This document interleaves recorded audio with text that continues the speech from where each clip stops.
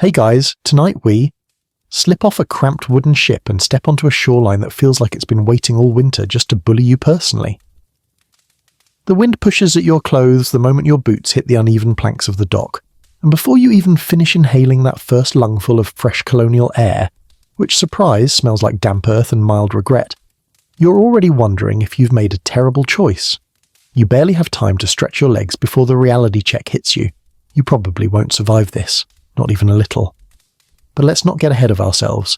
So, before you get comfortable, take a moment to like the video and subscribe. But only if you genuinely enjoy what I do here. And while you're settling in, tell me your location and your local time. I love seeing where everyone is listening from. Now, dim the lights, maybe turn on a fan for that soft background hum, and let's ease into tonight's journey together.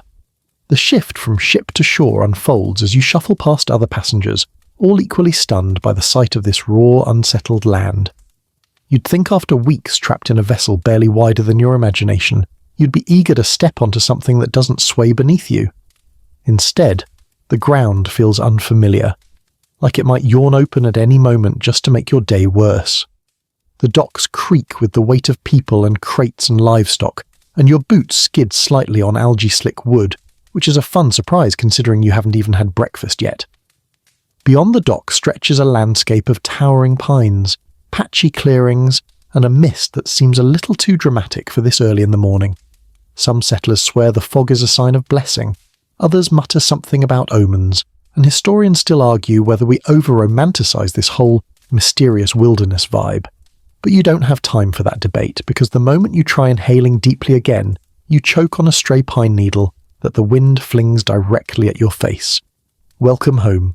You move toward the shore with the rest of the group, each carrying whatever belongings managed to survive the voyage, mostly soggy clothing, a few tools, and perhaps that one wooden spoon everyone was very protective of for reasons no one understands.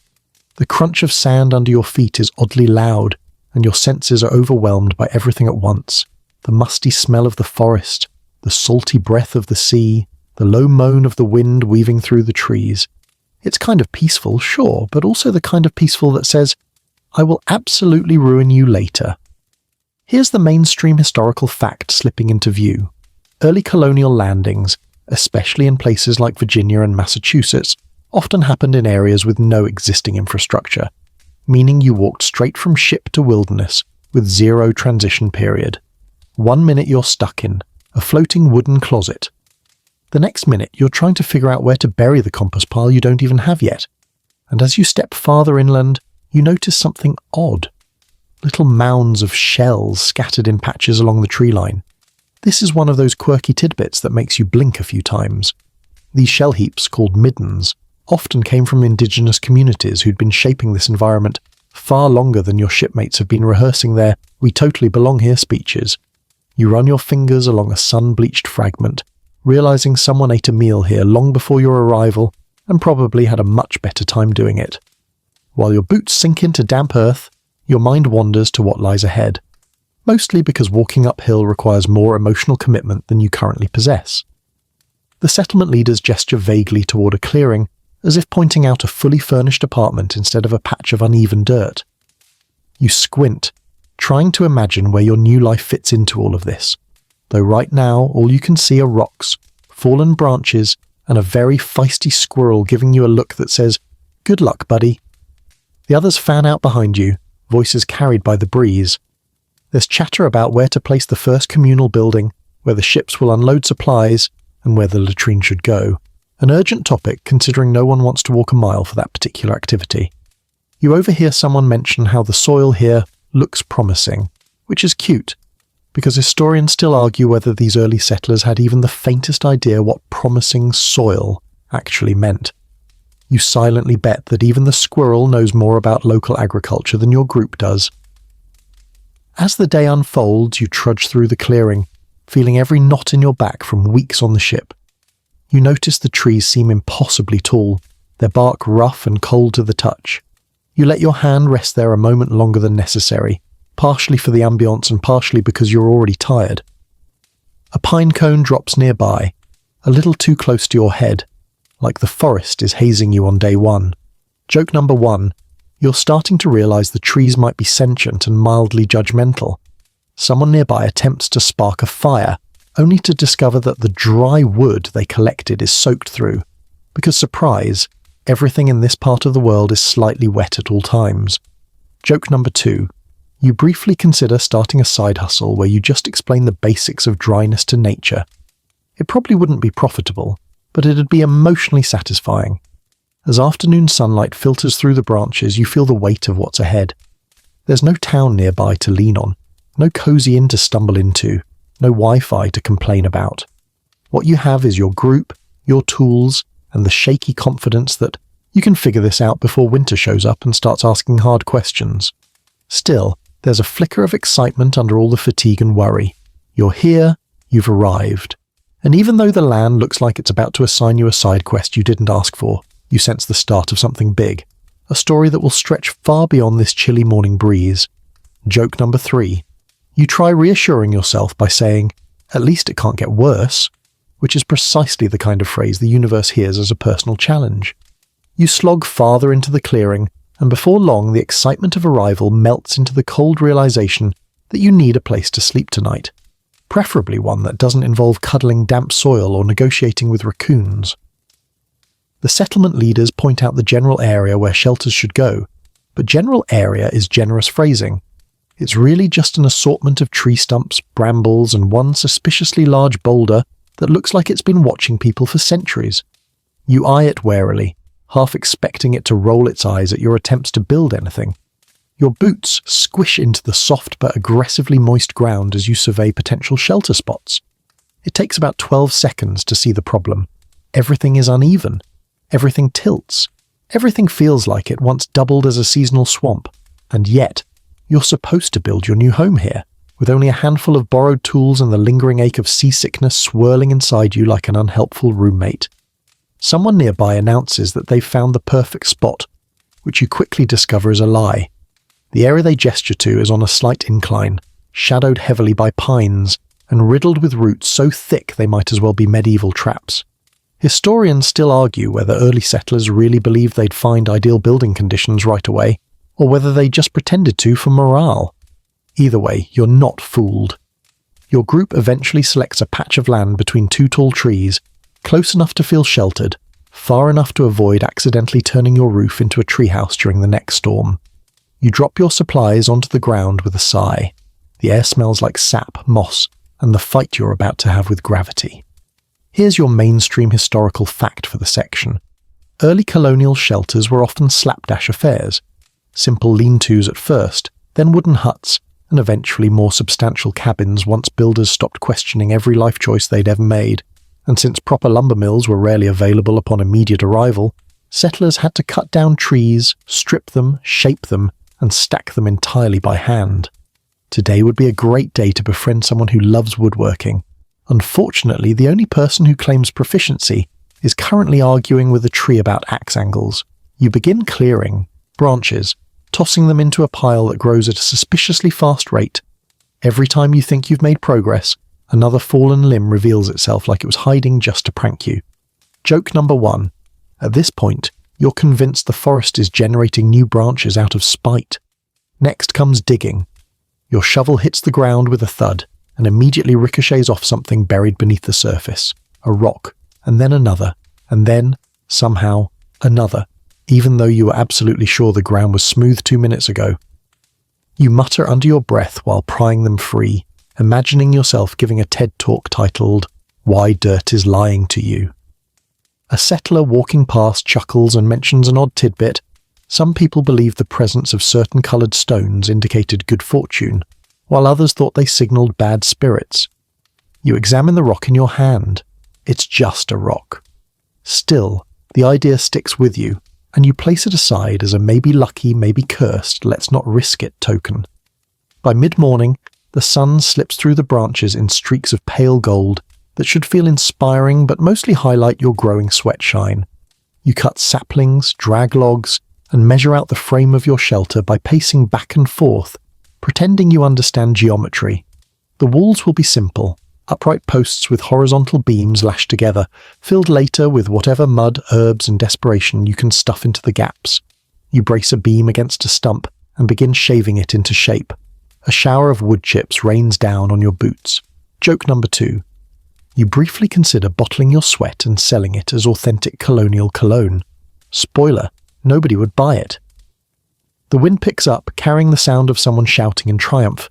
You glance over to see a neighbour proudly lifting a crooked post that looks like it's auditioning to be a question mark. It wobbles dangerously. Everyone pretends not to notice. Cooperation is essential, even when the architecture resembles a concerned flamingo. Your own posts go up more slowly. You wedge them into holes you've dug and press the soil tightly around their bases. Each one leans slightly, but if you squint hard enough, you can pretend it's intentional.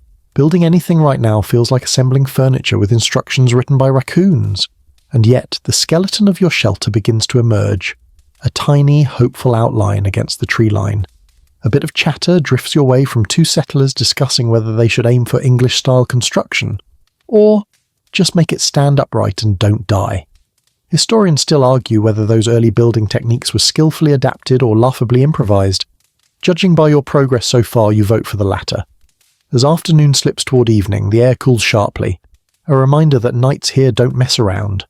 In the distance, smoke curls from a small fire someone managed to coax to life.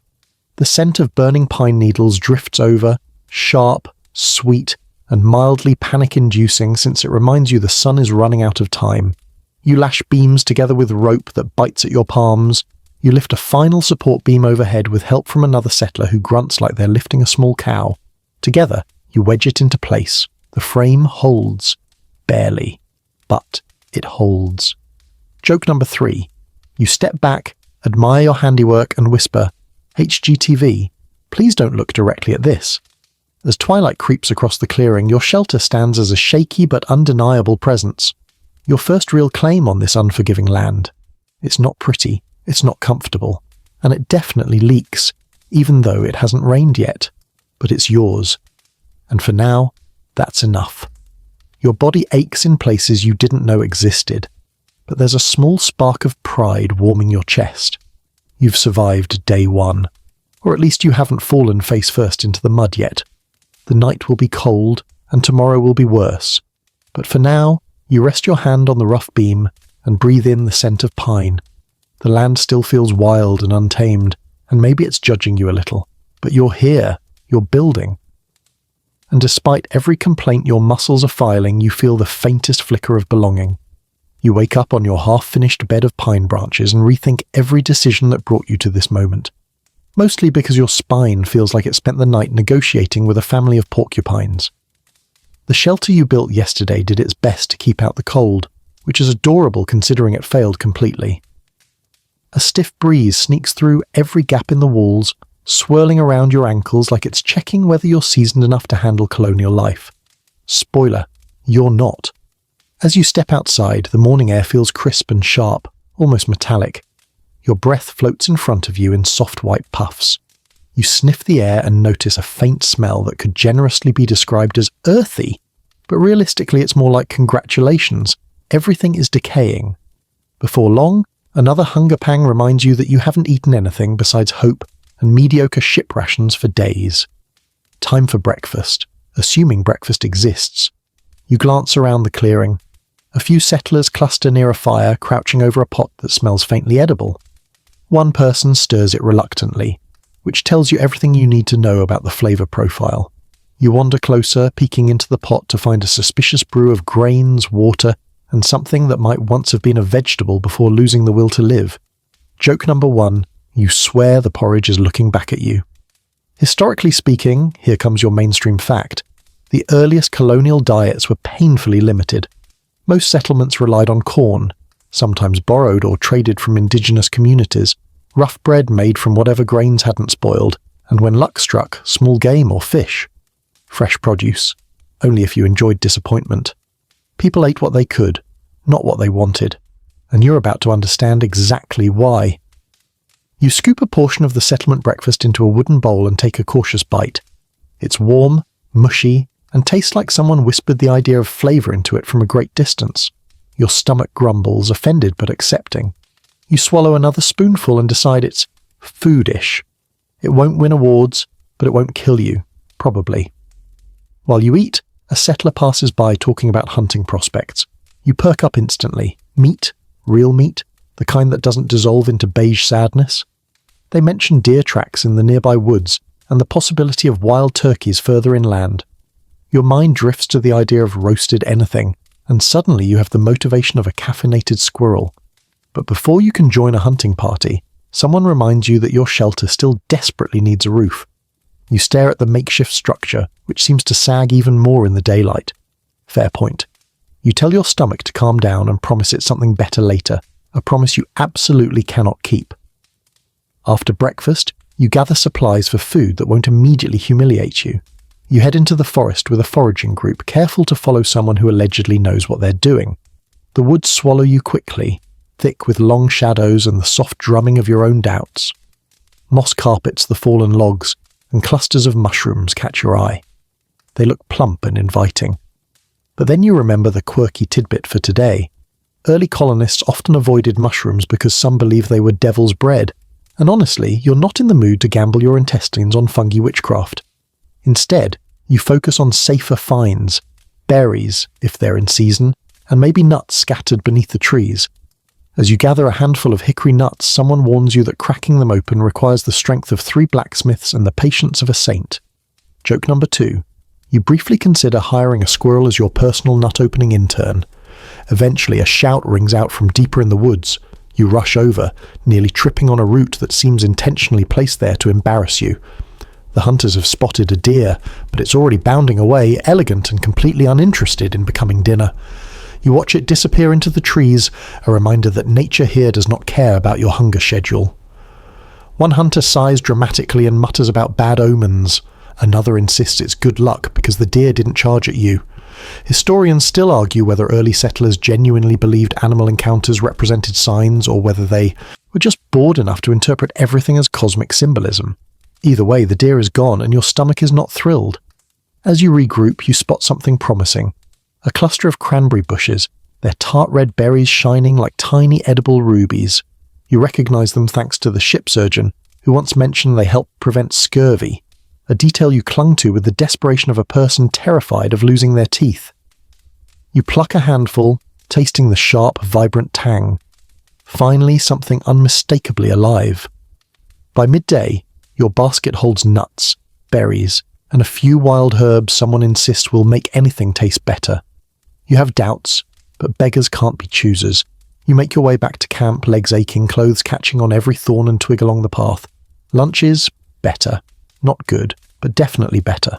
Someone managed to catch a fish, small, bony, and shaped like disappointment, but still protein.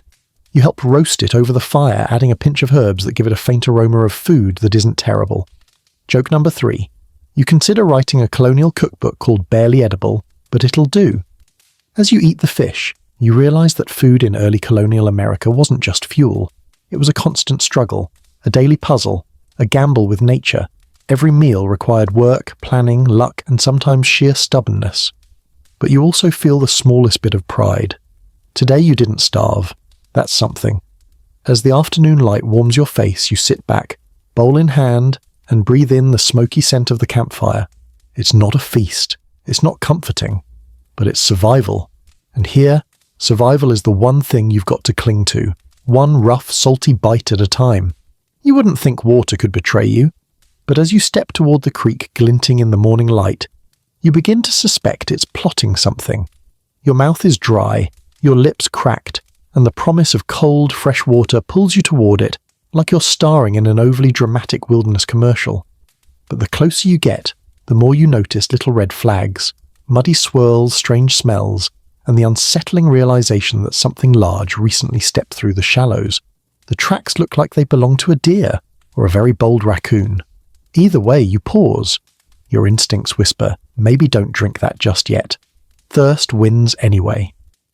You crouch at the bank, scooping water into a wooden cup you carved yesterday with the skill level of someone who should not be carving anything sharp. You lift the water to your lips, inhale, and immediately hesitate. It smells faintly of wet leaves and questionable life choices. You glance at the others, some are drinking already, while others stare suspiciously at the surface like it's hiding emotional secrets. Here's your mainstream historical fact for the day. Early colonists often struggled to find safe drinking water. Wells weren't immediately available. So settlers relied on streams, rivers and ponds, many of which were brackish, contaminated, or host to microorganisms that viewed your digestive system as a vacation home. It wasn't uncommon for newcomers to fall ill simply because they drank from the wrong puddle. You take a tiny sip, it's cold, it's refreshing, and then, 3 seconds later, you realise it tastes like a damp boot. You cough once, trying to maintain dignity in front of the others, but your face betrays you. Someone pats your back and says cheerfully, "Could be worse," which is rarely a comforting sentence. As you refill your cup, one of the older settlers wanders over and shares a quirky tidbit. Some people believed running water carried spiritual messages, warnings, blessings, or hints from the unseen world. You stare at the creek again, wondering what message it's sending you now.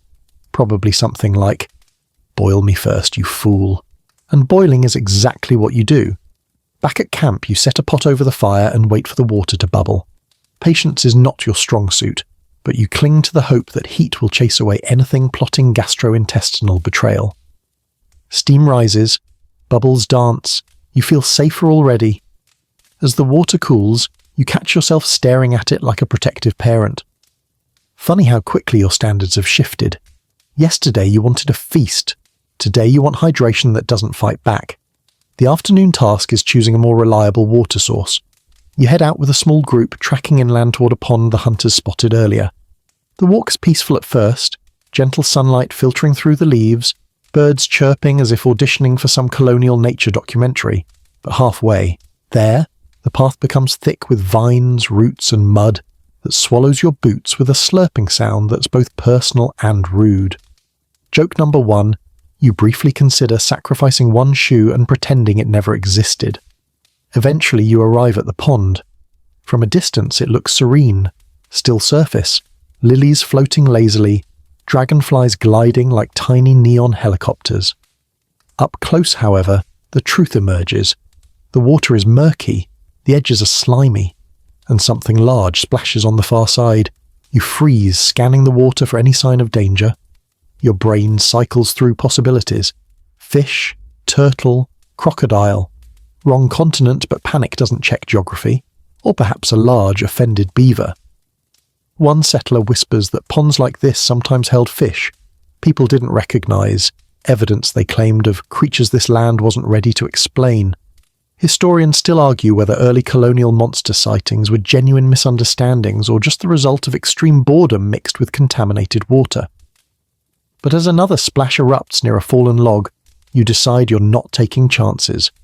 You mark the pond on your mental map as backup water source only if desperate, which, considering colonial life, means you'll probably revisit it in a week.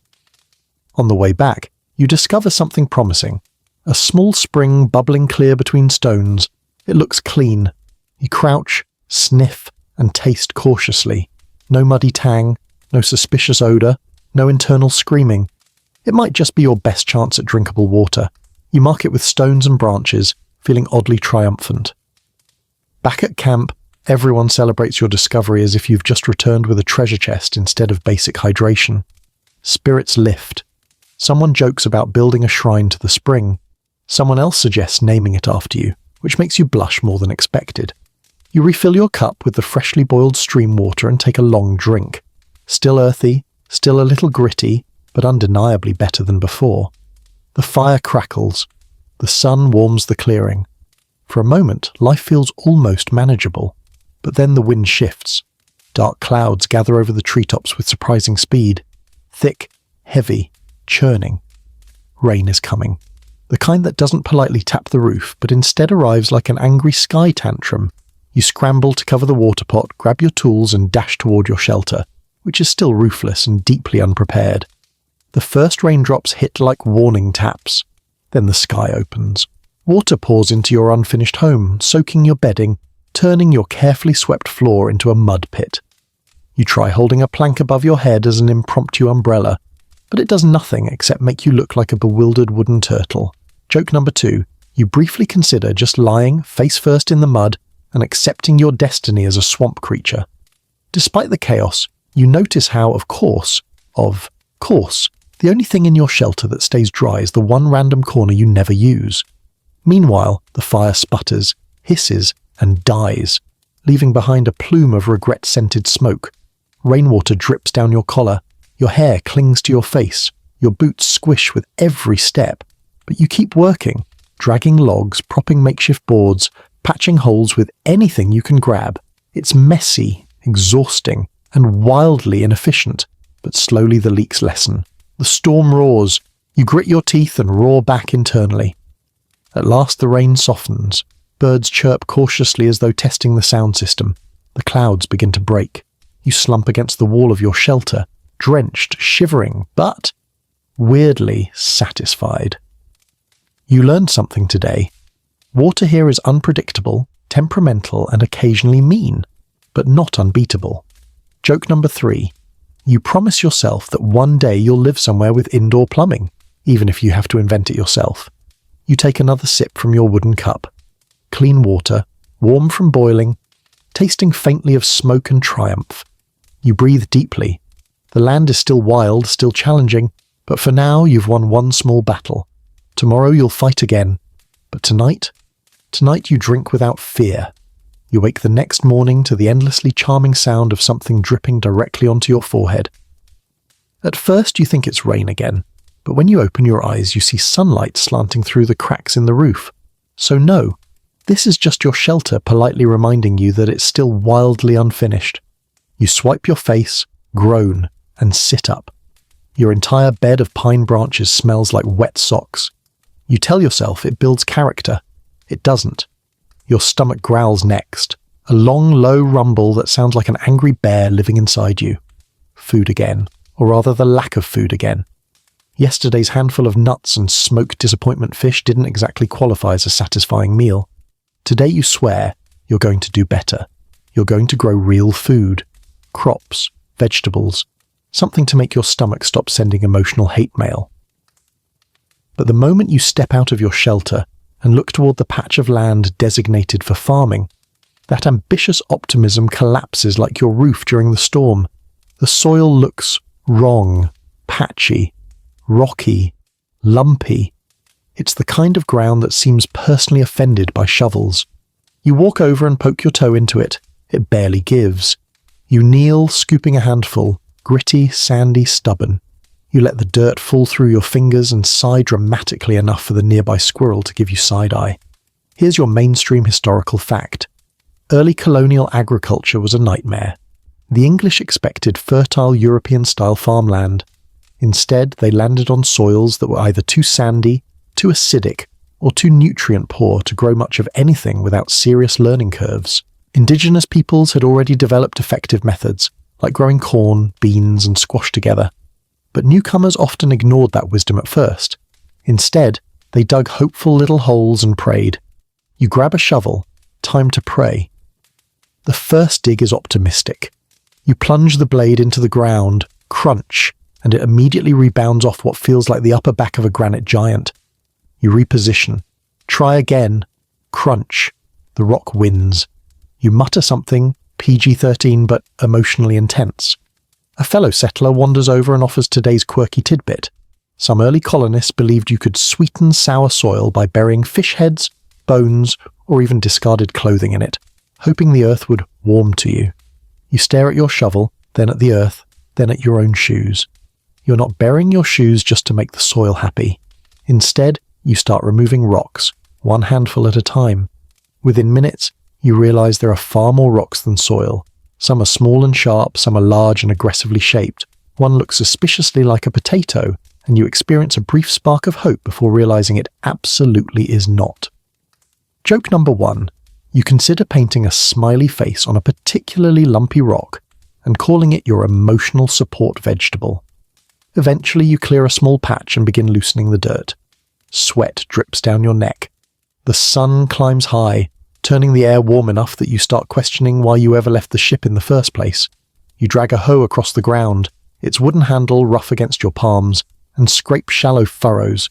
They look terrible, uneven, crooked, depressed, like even the grooves themselves are sighing. Still, you press on. You plant seeds, corn and beans mostly, because those have the highest chance of survival.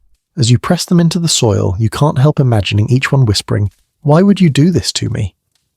One settler kneels beside you, describing how indigenous communities taught them that corn grows tall, and provide support for beans to climb. Beans replenish nitrogen in the soil. Squash sprawls outward to keep weeds down. It's brilliant, elegant, and time-tested. You try copying it, though your arrangement looks more like you dropped seeds randomly while sneezing. You water the plot with hand-carried buckets from the spring, sloshing half the water onto your boots in the process. The soil darkens, soaking slowly. You stand back. The ground looks exactly the same as before, minus your dignity. Work continues throughout the day. Someone tries ploughing a larger field with the settlement's one cow, a dubious creature with the emotional stability of a villain in a children's cartoon. The cow promptly stops, plants its legs, and stares blankly into the distance. No amount of coaxing, bribing, or gentle encouragement moves it.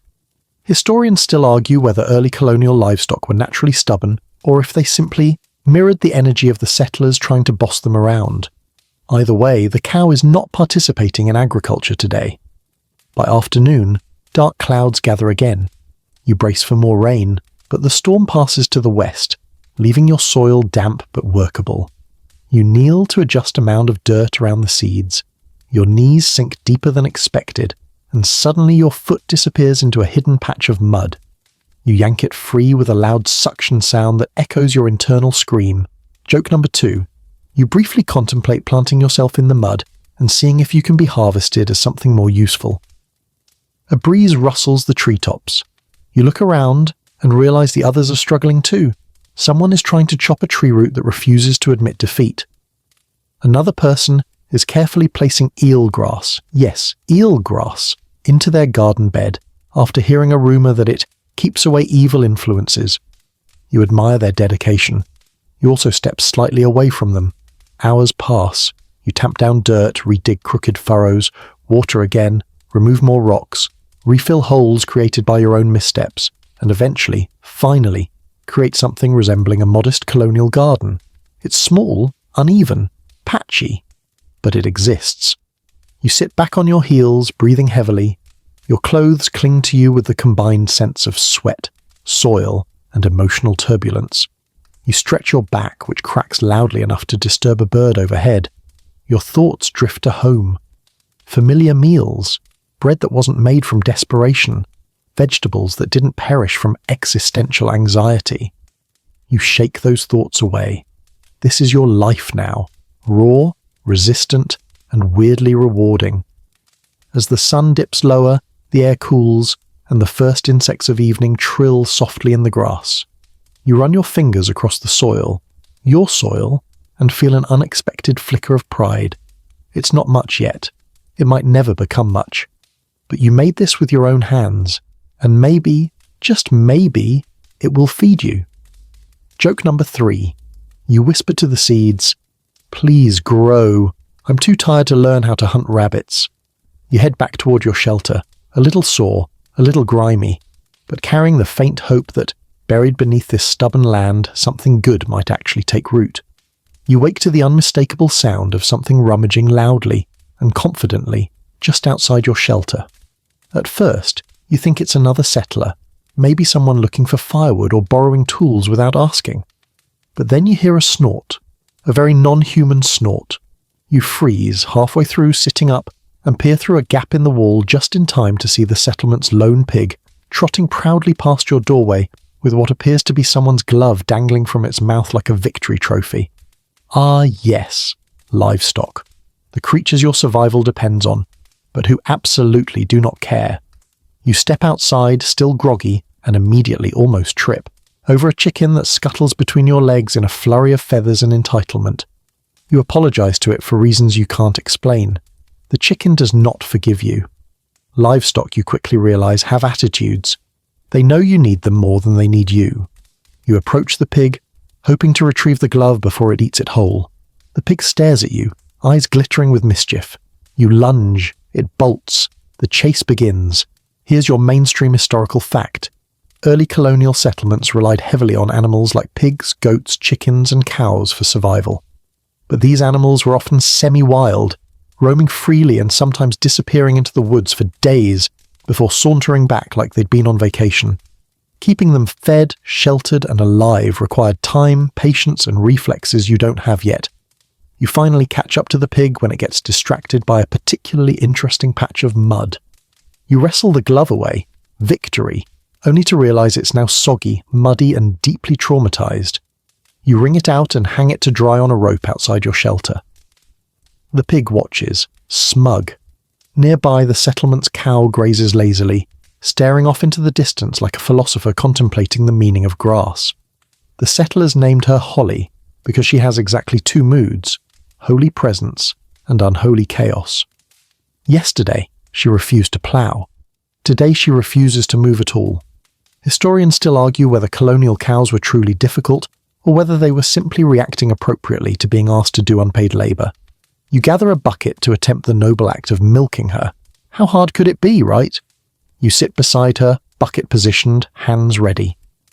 Holly glances at you, you smile awkwardly, you reach out, and she swishes her tail directly into your face. The slap is so sudden and so disrespectful that you sit there stunned, blinking away the leafy debris now decorating your eyebrows. Joke number 1. You briefly consider suing the cow. But remember, the legal system does not yet recognize emotional damage from livestock. You try again. Tail swish. Again. Tail swish. You finally manage to redirect her tail with one hand while milking with the other, contorting yourself into a position that definitely qualifies as full-body yoga. After several awkward minutes, the bucket holds a modest amount of milk. Achievement unlocked. Then Holly steps into the bucket. Just steps right in. The milk sloshes out, soaking into the dirt. Holly looks at you with the serene expression of a creature who has absolutely no regrets. You sigh, set the bucket aside, and decide to check on the chickens instead. Chickens are simpler. Chickens are manageable. Chickens are... You approach the coop only to find two hens screaming at each other. Screaming. Loudly. You stand there trying to decode chicken drama, which seems to revolve around a single egg that both hens claim ownership of. One pecks your boot, aggressively, as if demanding you choose a side. You hold up your hands in surrender. You're not emotionally equipped for poultry court.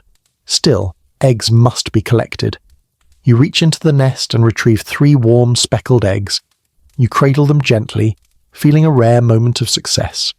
You carry them back toward your shelter, imagining the luxury of a proper fried egg for breakfast, your mouth practically watering, until one of the chickens flies at you from behind in what can only be described as a kamikaze rage attack. You yelp, you stumble, you juggle the eggs in a frantic display of clumsy acrobatics. Somehow, miraculously, you save all 3.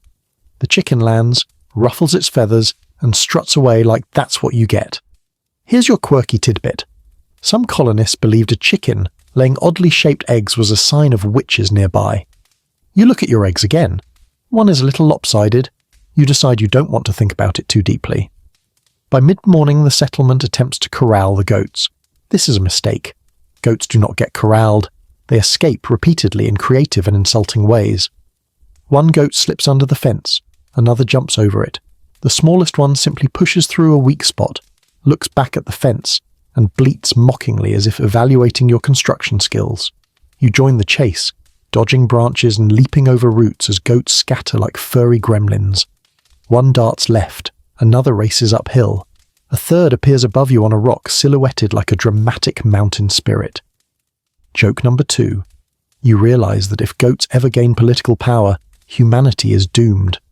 Eventually the group reassembles the goats in the pen, though you're pretty sure one is plotting another jailbreak. You reinforce the fence as best you can, tying branches and rope until it looks like a bizarre sculpture. You sit down in the midday shade, exhausted. Your clothes smell like barnyard funk, your hands are scratched, and your hair contains hay from unknown origins. But you've survived the morning. Later, you help gather feed, scattered grain, dried grass, anything edible. Someone mentions that in the early days, settlers sometimes fed livestock leftover fish, which you find both surprising and deeply unfortunate for the livestock. Historians still argue whether this was resourcefulness or desperation disguised as innovation. By late afternoon, the animals have calmed down. The chickens dust-bathe peacefully. Holly grazes silently. No bucket sabotage this time. The goats nibble grass, pretending they didn't nearly spark a full-blown manhunt. You gather the remaining eggs, check on the small pen of pigs, and refill their water troughs.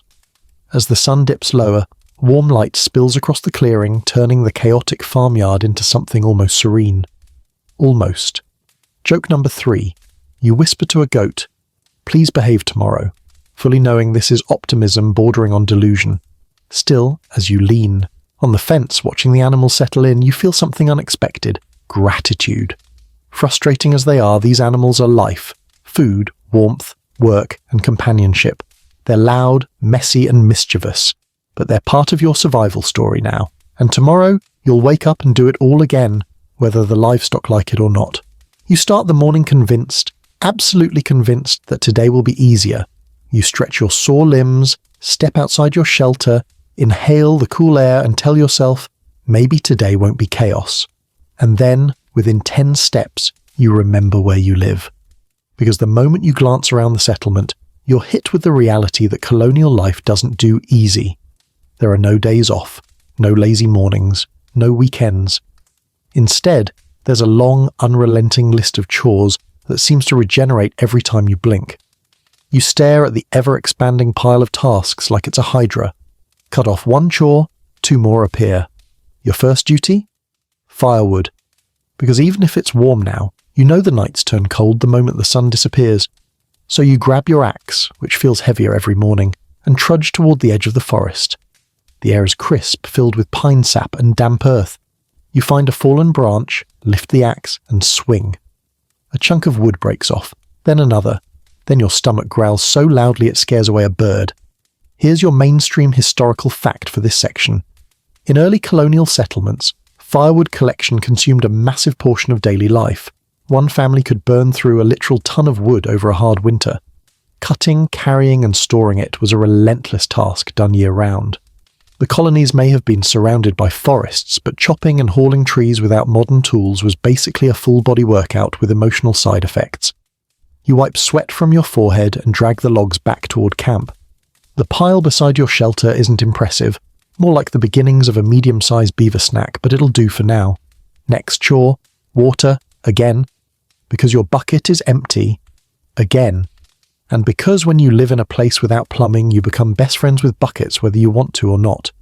You trek to the spring, fill your container, and immediately spill half of it when your boot catches on a root. You sigh deeply enough to scare a squirrel.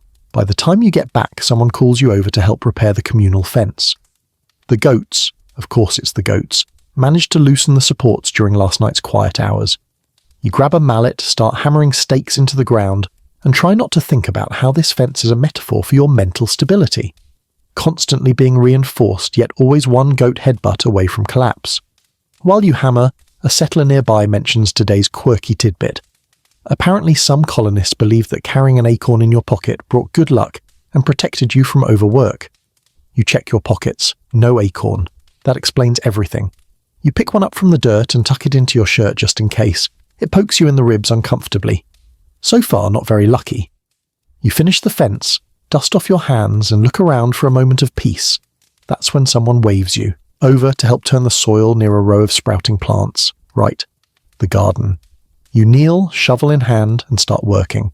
Your muscles burn, your palms sting. Each clump of stubborn dirt feels like it has a personal vendetta against you. As you dig, you overhear 2 settlers arguing about planting schedules. One insists that planting by moon phases ensures better harvests. The other says that's nonsense. Historians still argue whether lunar farming played a meaningful role, or if colonists were simply trying everything once hope began to thin out. You personally would plant your crops during a solar eclipse while chanting if someone promised it would make the vegetables grow faster. When lunchtime arrives, you barely have time to sit. You swallow a quick meal, mostly yesterday's leftovers, and stand again before your knees even cool from the contact with the log bench. Because now it's time to fetch lumber from the saw pit. The saw pit is both brilliant and terrible. A trench where 2 people cut long logs into boards. One stands on top of the log, the other stands in the pit beneath it. Guess which role you get. You climb into the pit, the damp, dark, dirt-walled pit, and grip the long saw as another settler steps above you. Sawdust rains down with every push and pull. It gets in your hair, your eyes, your nose. You sneeze violently enough to interrupt the rhythm. Joke number 1. You wonder if sawdust counts as part of a balanced colonial diet. The work is slow, repetitive, and absolutely exhausting. By the time you finish one board, your arms feel like boiled noodles, and your lungs smell like a carpenter's workshop. Next chore, mending clothes. Your shirt sleeve tore when you were chasing goats yesterday, so now you sit by the fire, needle in hand, trying to remember everything your relatives ever tried to teach you about sewing. You poke yourself twice. You mutter PG-13 complaints. You sew the sleeve shut, poorly, but it holds. Mostly. Then someone taps your shoulder and hands you a basket. Berries, they say. Go. So you go. Foraging time, again. You trek along the forest edge, scanning bushes for berries that won't send you to the afterlife. You pick slowly, carefully, putting each one into the basket with exaggerated gentleness, because losing even a handful feels like dropping treasure. On your way back, you hear rustling. You freeze. A deer bursts through the trees, takes one look at you, and sprints away like it's fleeing responsibility. Joke number 2. You consider asking the deer if it wants to trade places for a day. Finally, late afternoon settles in. The sunlight softens. You return to camp with your basket, unload your foraged haul, and decide, finally, to take a break. Except you can't, because laundry still needs washing. So you march to the creek with a bar of harsh soap and spend the next half hour beating your shirts against rocks, like you're mad at them personally. You rinse them, wring them, hang them, and silently pray it doesn't rain. Then chores continue. Cleaning tools, organising the food stores, checking for leaks in your shelter roof, patching said leaks, carrying more water, restoking the fire, stirring the communal stew so it doesn't burn on the bottom, and, of course, shooing away the pig again because it is very interested in whatever you're cooking. Joke number 3. You're convinced the pig has memorised your entire schedule and plans its mischief accordingly. At last, as twilight spreads across the clearing, you sit down. Really sit. Shoulders sagging, hands aching, stomach finally full enough to stop complaining. You stare into the embers of the fire and realise that life here isn't defined by one big task. It's thousands of small ones. Endless ones. Necessary ones. There's no such thing as free time. There's only less work for the next 10 minutes.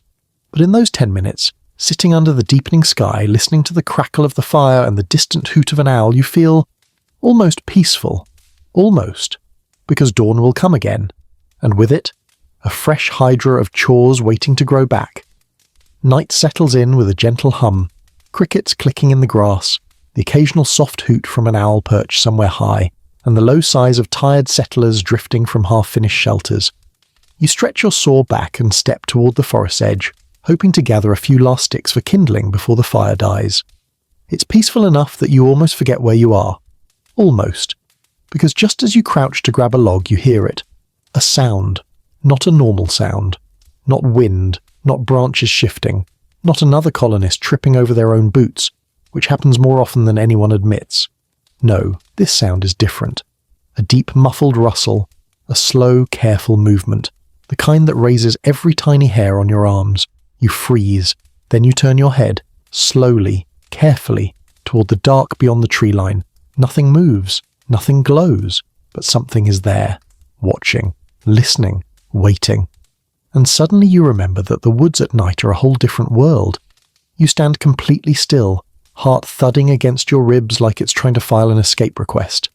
The forest looms tall and black, its branches tangled overhead like skeletal fingers.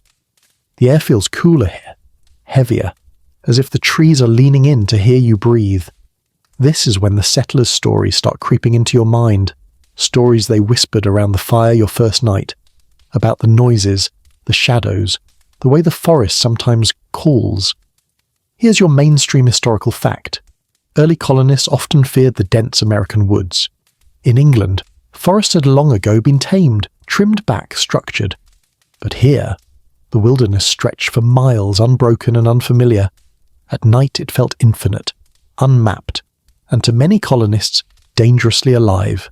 You take one, slow step backward, then another. Something crunches deeper in the trees. You jump so hard you nearly throw the firewood into orbit.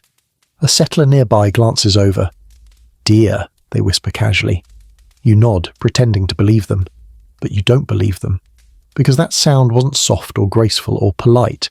3 qualities deer usually excel at. That sound was heavier, purposeful, Like a creature deciding whether or not you qualify as a snack, you gather your firewood faster.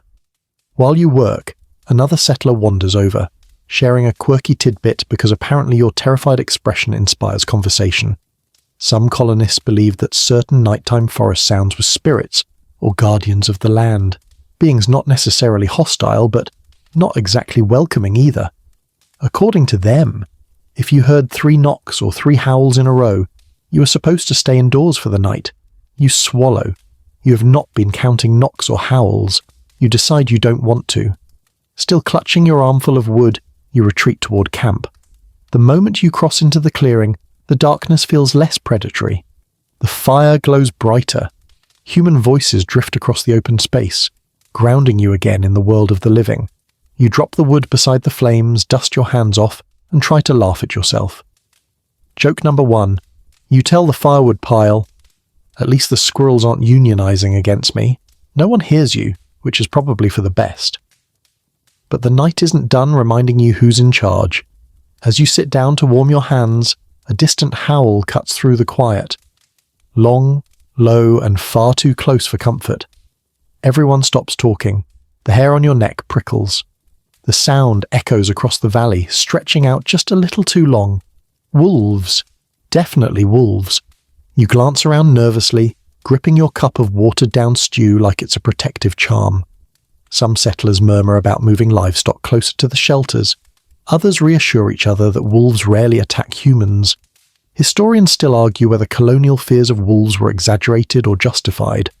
Records show both peaceful sightings and occasionally terrifying encounters. You decide that rarely attacks humans is not nearly comforting enough. The night deepens and the forest grows louder, branches snap, leaves rustle. Something shrieks, high, sharp, and mysterious. You whip your head toward the sound, eyes wide. Another settler shrugs and says, "Probably a fox." Probably. You stare at the woods again, imagining foxes, raccoons, owls, or something else altogether. Something older, wilder, something with glowing eyes and extremely flexible meal preferences. Joke number 2. You quietly promise the forest that if it doesn't eat you tonight, you'll compost extra nicely tomorrow. You toss another log on the fire.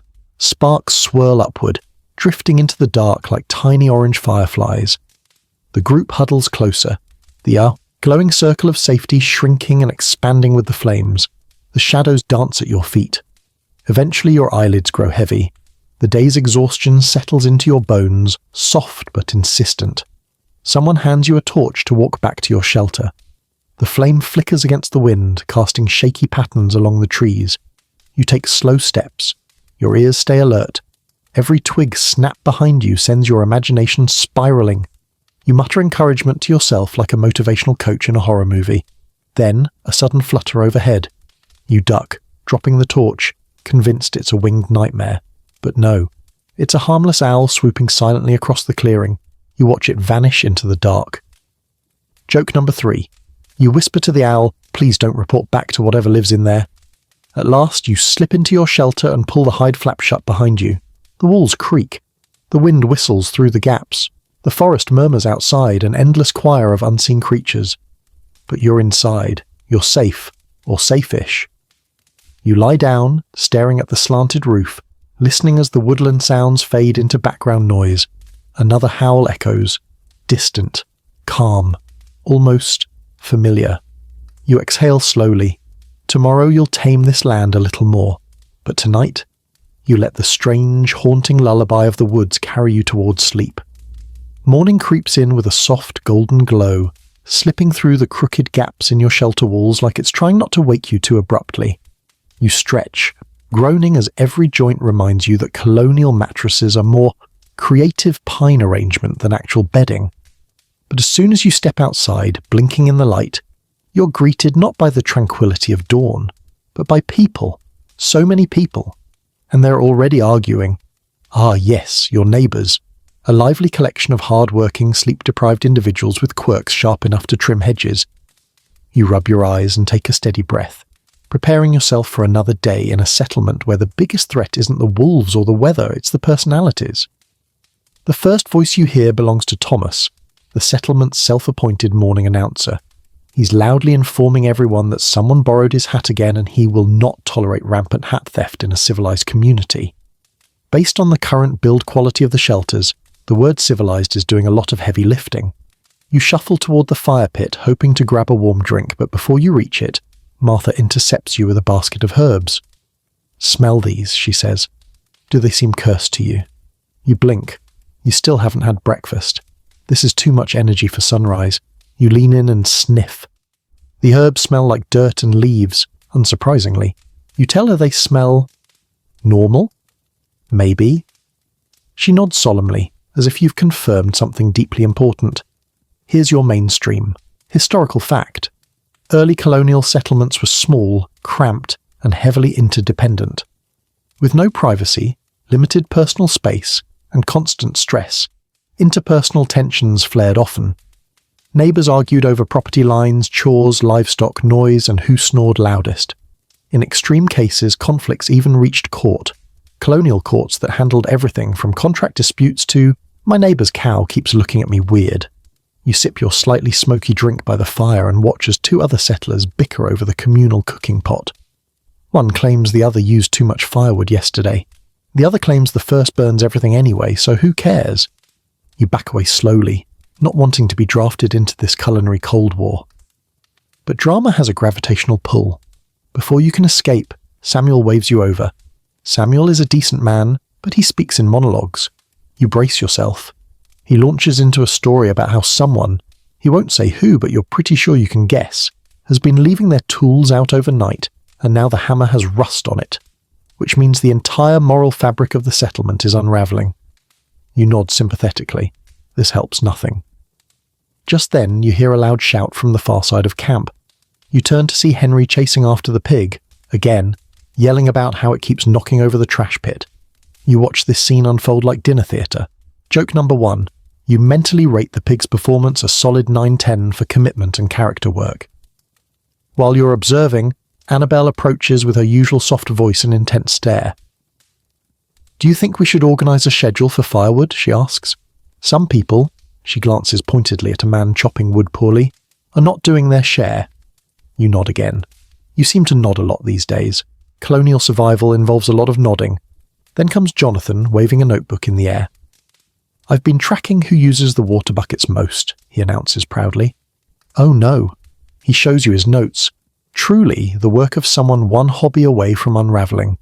Historians still argue whether early settlers kept meticulous records because they valued order or because they were extremely bored.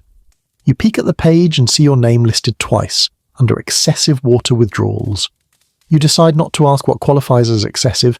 You head back toward your shelter, hoping to hide inside for a moment of silence. But on the way, you pass two women locked in a heated debate about laundry lines. One insists her shirts were moved, the other insists the wind did it. Given the wind has the personality of a bored teenager, both seem plausible. At last, you reach your doorway, only to find two settlers standing right in front of it, arguing about where the walkway between shelters should go. They're using sticks to draw imaginary paths on the dirt. You stand behind them awkwardly, waiting for a break in the conversation. It doesn't come. You eventually clear your throat and squeeze between them, muttering apologies. Inside your shelter, you take a deep breath. Peace at last. Or so you think, until a small rock hits your wall. You step back outside and find children playing some chaotic game involving sticks, shouting and questionable rules. A ball of twine rolls into your foot. One child runs up, grabs it, and sprints away without a word. You smile weakly. Children in the colony have more energy than the entire adult population combined. Joke number 2, you briefly consider asking the kids to take over all manual labour since they seem immune to exhaustion. Still, not everything with your neighbours is chaos. In the afternoon, the community works together to reinforce the meeting house roof. Someone hums a little tune. Someone else hands out small wooden cups of berry tea.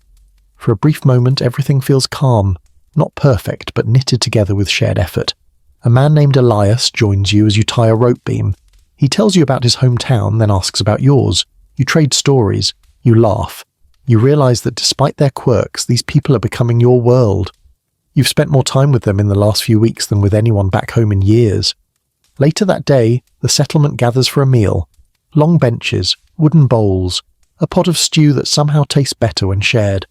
People talk, tease each other gently, make plans, argue over who gets the last piece of flatbread, and laugh at Henry, who is once again chasing the pig.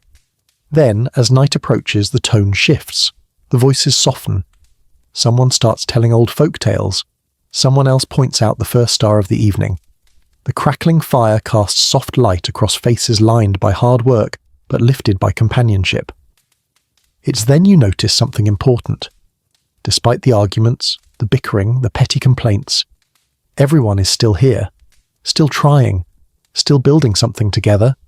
You feel it in yourself too, a strange affection for this motley group of stubborn, loud, compassionate humans. Joke number 3. You realize if you survive long enough, you might actually miss these weird people someday. As you head to bed, the forest hums again, the fire dims, and the settlement quiets. You lie down in your imperfect shelter and smile faintly, because tomorrow you'll quarrel again, you'll laugh again, you'll help and be helped. Your neighbours may test your patience, but they're becoming your family. The cold arrives before dawn, not politely, not gently, but with the brute force of a door-to-face encounter. You wake shivering, breath puffing in small white clouds above your face. The roof above you creaks as frost tightens the wood, and for a moment you wonder if it's going to crack in half like a poorly baked cracker. You pull your blanket, if we're being generous enough to call this stiff piece of woven scratchiness a blanket, tighter around your shoulders and sit up. Your toes protest immediately. The ground is icy, the air is icy, even your thoughts feel icy. Winter has begun its slow, frosty lecture, and it's very clear you aren't prepared. Outside, a soft crunching sound echoes as you step onto frozen earth. The whole settlement is wrapped in a silvery glaze. Frost clings to roof edges and the branches of trees, and smoke floats in thin ribbons from half-lit morning fires. The world is quiet in the way only bitter cold can enforce. Sounds muted, movements slow, tempers ready to snap like frozen twigs. Your first task is simple. Make a fire, except nothing is simple in winter. You crouch by your fire pit, stacking kindling with fingers that feel like badly whittled sticks. You try striking the flint, once, twice. Sparks jump, but nothing catches. The wood is too cold, too damp, too winterized. You try again, and this time the tiniest flame appears, weak, flickering, almost apologetic. You blow gently. It grows. You feed it. Slowly the flame becomes a fire. Your hands thaw, but only slightly. Here's your mainstream historical fact. Early colonial winters were brutal.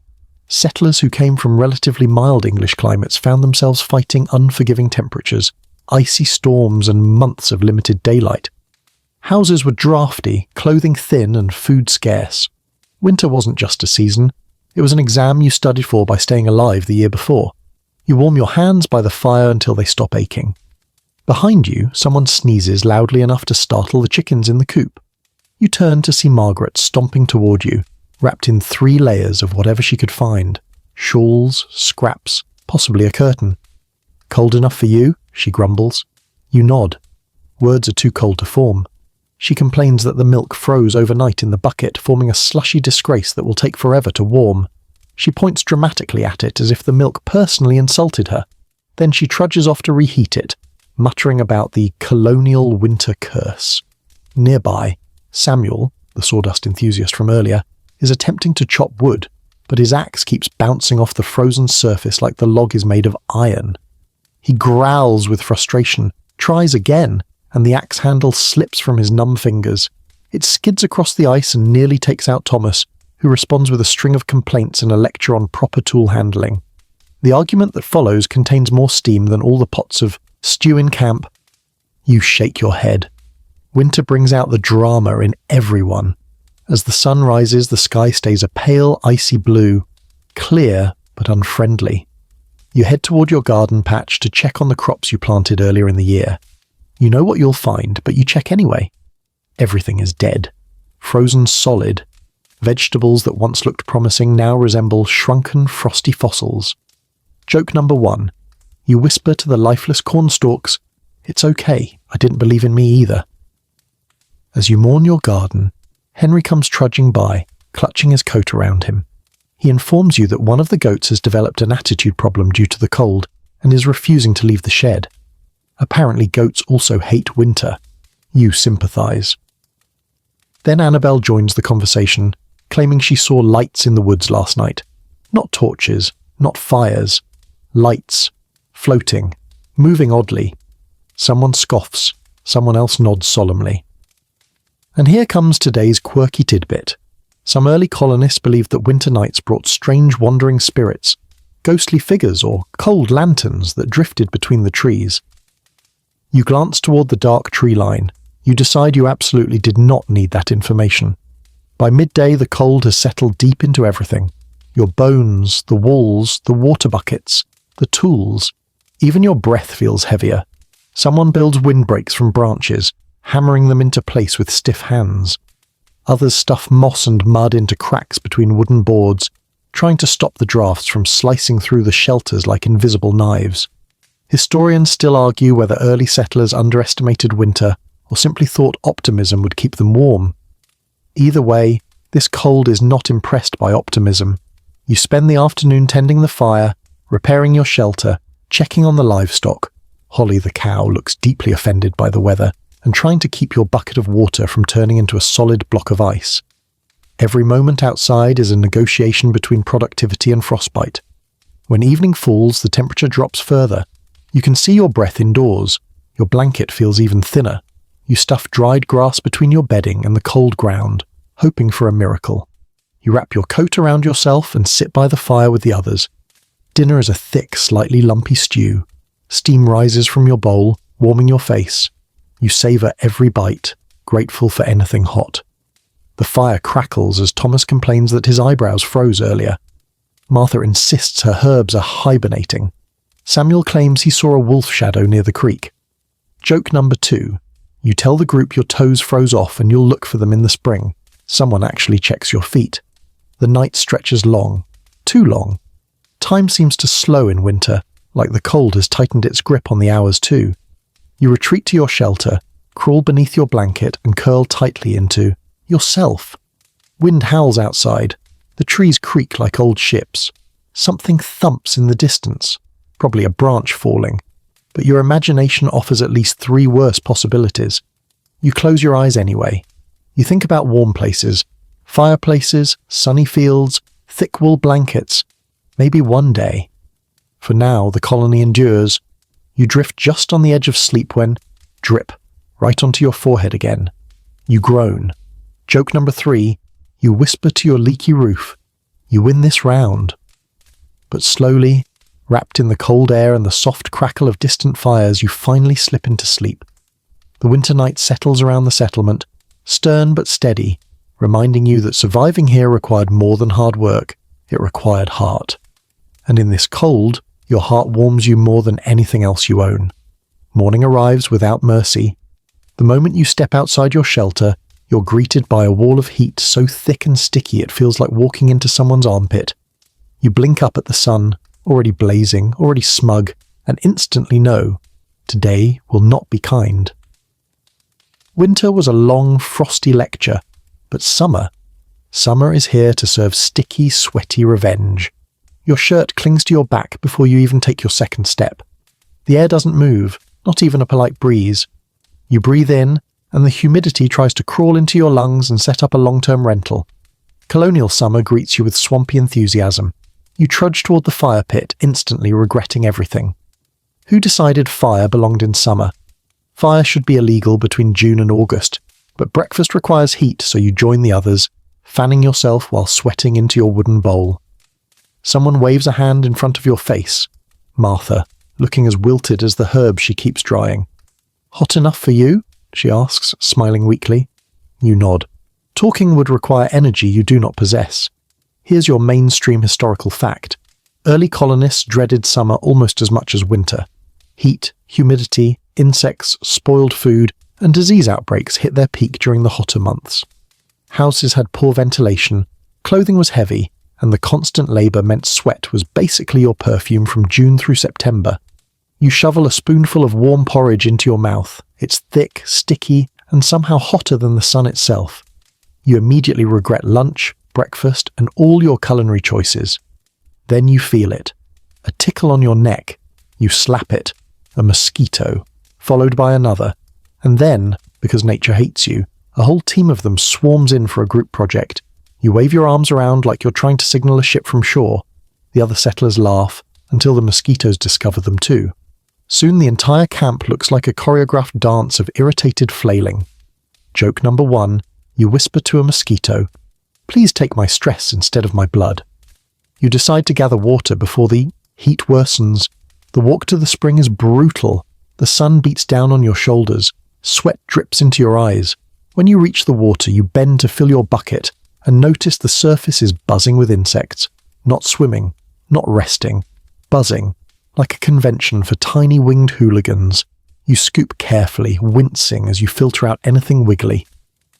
Back at camp, you boil the water, knowing full well that everything in summer feels slightly contaminated in one way or another. As you work, Thomas marches by holding a long stick and inspecting the ground. He claims he's searching for hot spots, places where the earth bakes unevenly. You raise an eyebrow. He informs you, very seriously, that some people believe odd patches of warm soil could mark buried treasure or trapped evil spirits. Quirky tidbit acquired. You choose not to ask which one he hopes to find. By midday, the sun is unforgiving. Shadows shrink. Air thickens. You chop wood, though each swing feels like lifting a leaden hammer underwater. Sweat pours. Your shirt is soaked. You consider dunking yourself in the spring, but one look at the insect layer stops you cold. Work continues anyway, because chores don't care about the weather. You haul water. You help dig a new trench to direct rain runoff. You reorganize storage barrels so food doesn't spoil. But no matter what you do, your skin glistens like a buttered biscuit by noon. Then the flies arrive. Not cute little house flies. No. Colonist flies are aggressive, loud, and fully convinced that hovering near your face is their divine calling. You swat at them. They return with friends. One lands directly on your lip. You flail like a startled ostrich. Nearby, a settler fans herself with a wooden board and mutters that the sun is trying to kill us. Another replies, "At least the wolves stay home in the heat." Historians still argue whether wolves actually avoided the settlements during summer or whether settlers simply preferred believing that comforting thought. You take a break under a tree, praying for shade, but even the shade feels hot, like someone turned down the temperature from sauna to slightly milder sauna. You lean back against the trunk, closing your eyes. A breeze finally stirs. The breeze smells weird. You open your eyes. A skunk waddles into view, tail held high, radiating chaos. You freeze. The skunk freezes. You share a moment of mutual horror. Joke number 2. You internally beg the skunk, "Please don't turn me into a cautionary tale." It sniffs, blinks, and, thank all things holy, wanders away. You exhale, trembling. The afternoon drags on. Someone suggests bathing in the creek. Another refuses, insisting the leeches are plotting. You decide you prefer sweat over leeches, for now. Then thunder rumbles, a summer storm. Clouds gather like angry grey giants. The air shifts. A breeze, an actual cool breeze, sweeps through the clearing. You feel your entire body sigh with relief. Until the downpour begins. It's not rain, it's an aquatic assault. Sheets of water, buckets dumped from the sky. Within seconds, you're drenched. But here's the twist. It feels amazing. The settlers cheer, laughing like children. You stand in the rain, arms outstretched, letting the heat wash off your skin. For a brief, wonderful moment, everything feels easy. Then lightning cracks so close you nearly jump out of your boots. Suddenly everyone sprints to secure the animals, reinforce the shelters, cover the fire and drag tools indoors. The rain becomes a hazard, turning the camp into a slippery obstacle course. You grab ropes, supplies, buckets, anything not tied down. Mud splashes up your legs, the wind shoves you sideways, thunder roars again. You stumble into your shelter just as the storm hits its peak. Inside, you wring out your shirt and sit listening to the rain hammer the roof. It leaks. Of course it leaks. Joke number 3. You place a bucket under the drip and declare it part of the cooling system. Hours later, the storm passes. The clouds lift. The air cools. You emerge into a glistening world, Shiny leaves, puddles everywhere, and the smell of fresh, clean earth. The sun sets over a damp but calmer camp, and for the first time today you feel like you can breathe again. Summer may be sticky, sweaty, buggy chaos, but after a storm like this, it also feels strangely alive. You settle into your shelter, sighing as the night insects hum their soft chorus. Tomorrow will be hot again, but tomorrow you'll face it. Just like you faced everything so far. You barely sleep through the night, not because of wolves, not because of dripping roofs, not even because of neighbours arguing over who snores loudest. No, what keeps you awake is the unsettling awareness that someone in the settlement spent all evening coughing. A deep, rattling, chesty cough that echoed across the clearing like a warning bell. And now, as the pale dawn light seeps between the gaps of your shelter walls, a new, uncomfortable question curls into your mind. Is something going around? You sit up slowly, throat dry, body heavy. The morning air is warm, humid, stale. You step outside, half expecting the usual bustle of early chores, but today everything is quieter. Too quiet. A few settlers stand near the meeting house, speaking in worried whispers. One of them notices you and waves you over with an expression that is definitely not encouraging. You approach cautiously. "It's Elias," she says. "He's taken ill." Your stomach drops. Elias, the one who helped tie roof beams, who shared stories and laughed easily. You follow the group inside. He's lying on a straw mattress, pale, sweating, breathing in quick, shallow gasps. His forehead is hot, his hands tremble. You kneel beside him, heart thudding. He manages a weak smile. "Just a little fever," he croaks. "The summer air doesn't agree with me." But you've seen enough settler fevers by now to know this isn't just a bad night's sleep. Here's your mainstream historical fact. Colonial America was a breeding ground for illness. Hot summers brought dysentery, malaria, and fevers. Winters carried influenza and respiratory sickness. With no modern medicine, no antibiotics, and questionable hygiene, the smallest sickness could spiral quickly. Outbreaks were common and deadly. Someone hands you a damp cloth and asks you to help keep Elias cool. You press the cloth to his forehead, feeling the heat radiate off him like a furnace. Around you, the air grows thick with fear. Because illness, unlike storms, wolves, or stubborn goats, is invisible, and invisible dangers are the worst kind. Outside, more coughing echoes through the camp. A child sniffles, someone else groans, the creeping dread thickens. Annabelle arrives with a basket of herbs, insisting she knows remedies passed down through generations. She begins brewing something bitter-smelling over a small fire. You help grind leaves and roots, and though the process feels hopeful, you know it's also mostly guesswork. A settler mutters about bad humours. Another blames the stagnant air. Someone else insists it's the water. Historians still argue whether colonists correctly identified environmental causes of illness, or simply blamed whatever felt most ominous at the moment. You step outside to clear your head, and immediately regret it. A row of settlers is waiting for you, all looking pale, all staring at you like you suddenly became the village medic. One man clutches his stomach, another holds his throat. A woman leans against a post, swaying slightly. You swallow. You're not qualified for this. Joke number 1. You briefly consider running into the woods and living as a hermit rather than becoming the settlement's unofficial doctor. But you help anyway, because what else can you do? You guide people to sit in the shade, you hand out water, you help mix herbs with Annabelle, you press cool cloths to foreheads and cheeks. Hours blur together, sweat drips down your temples. The heat does not relent, neither does the coughing. At one point, Samuel rushes over, eyes wide, whispering that a strange rash has appeared on someone's arms. Your heart spikes. He drags you to the man, who rolls up his sleeve to reveal an angry cluster of red bumps. Annabelle leans in, squints, and announces that it's heat rash.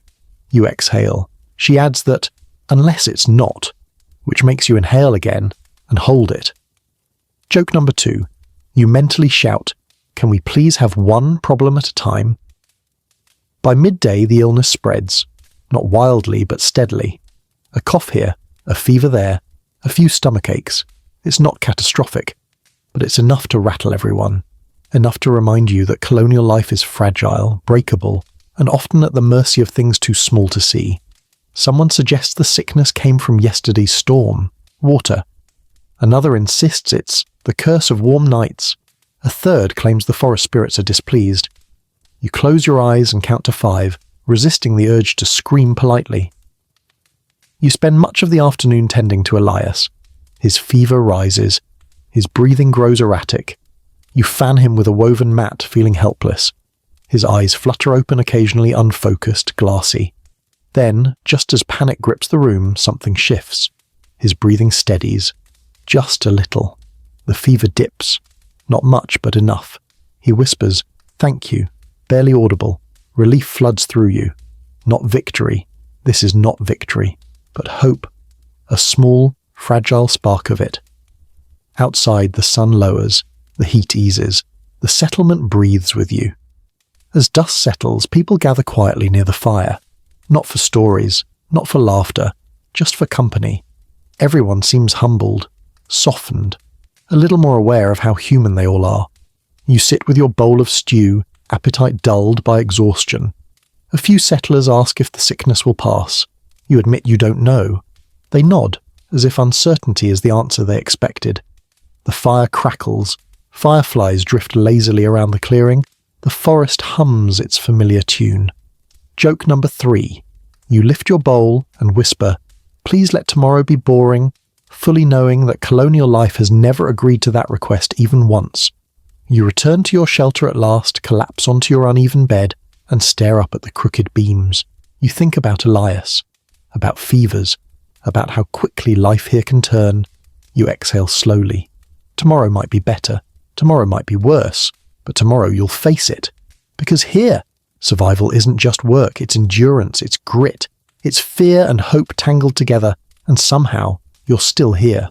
The next morning comes with a quiet sort of heaviness, not the oppressive heat of summer or the icy grip of winter, but something softer, slower, almost reflective.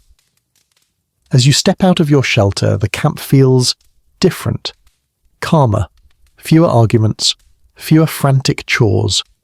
People speak quietly, moving with deliberate care as if trying not to disturb the thin thread of hope everyone is clinging to after yesterday's sickness scare. You inhale the cool morning air and feel its weight settle into your chest. Today isn't about chasing goats or wrestling with tools. Today is about routine, ritual, the things that hold people together when fear tries to pry them apart. A small group gathers near the meeting house. You join them, drawn by a gentle melody, someone humming a hymn you half recognize. It drifts across the clearing like a soft breeze, comforting in its simplicity. Colonial life, you're quickly realizing, leans heavily on these small rituals, not just out of devotion, but out of necessity.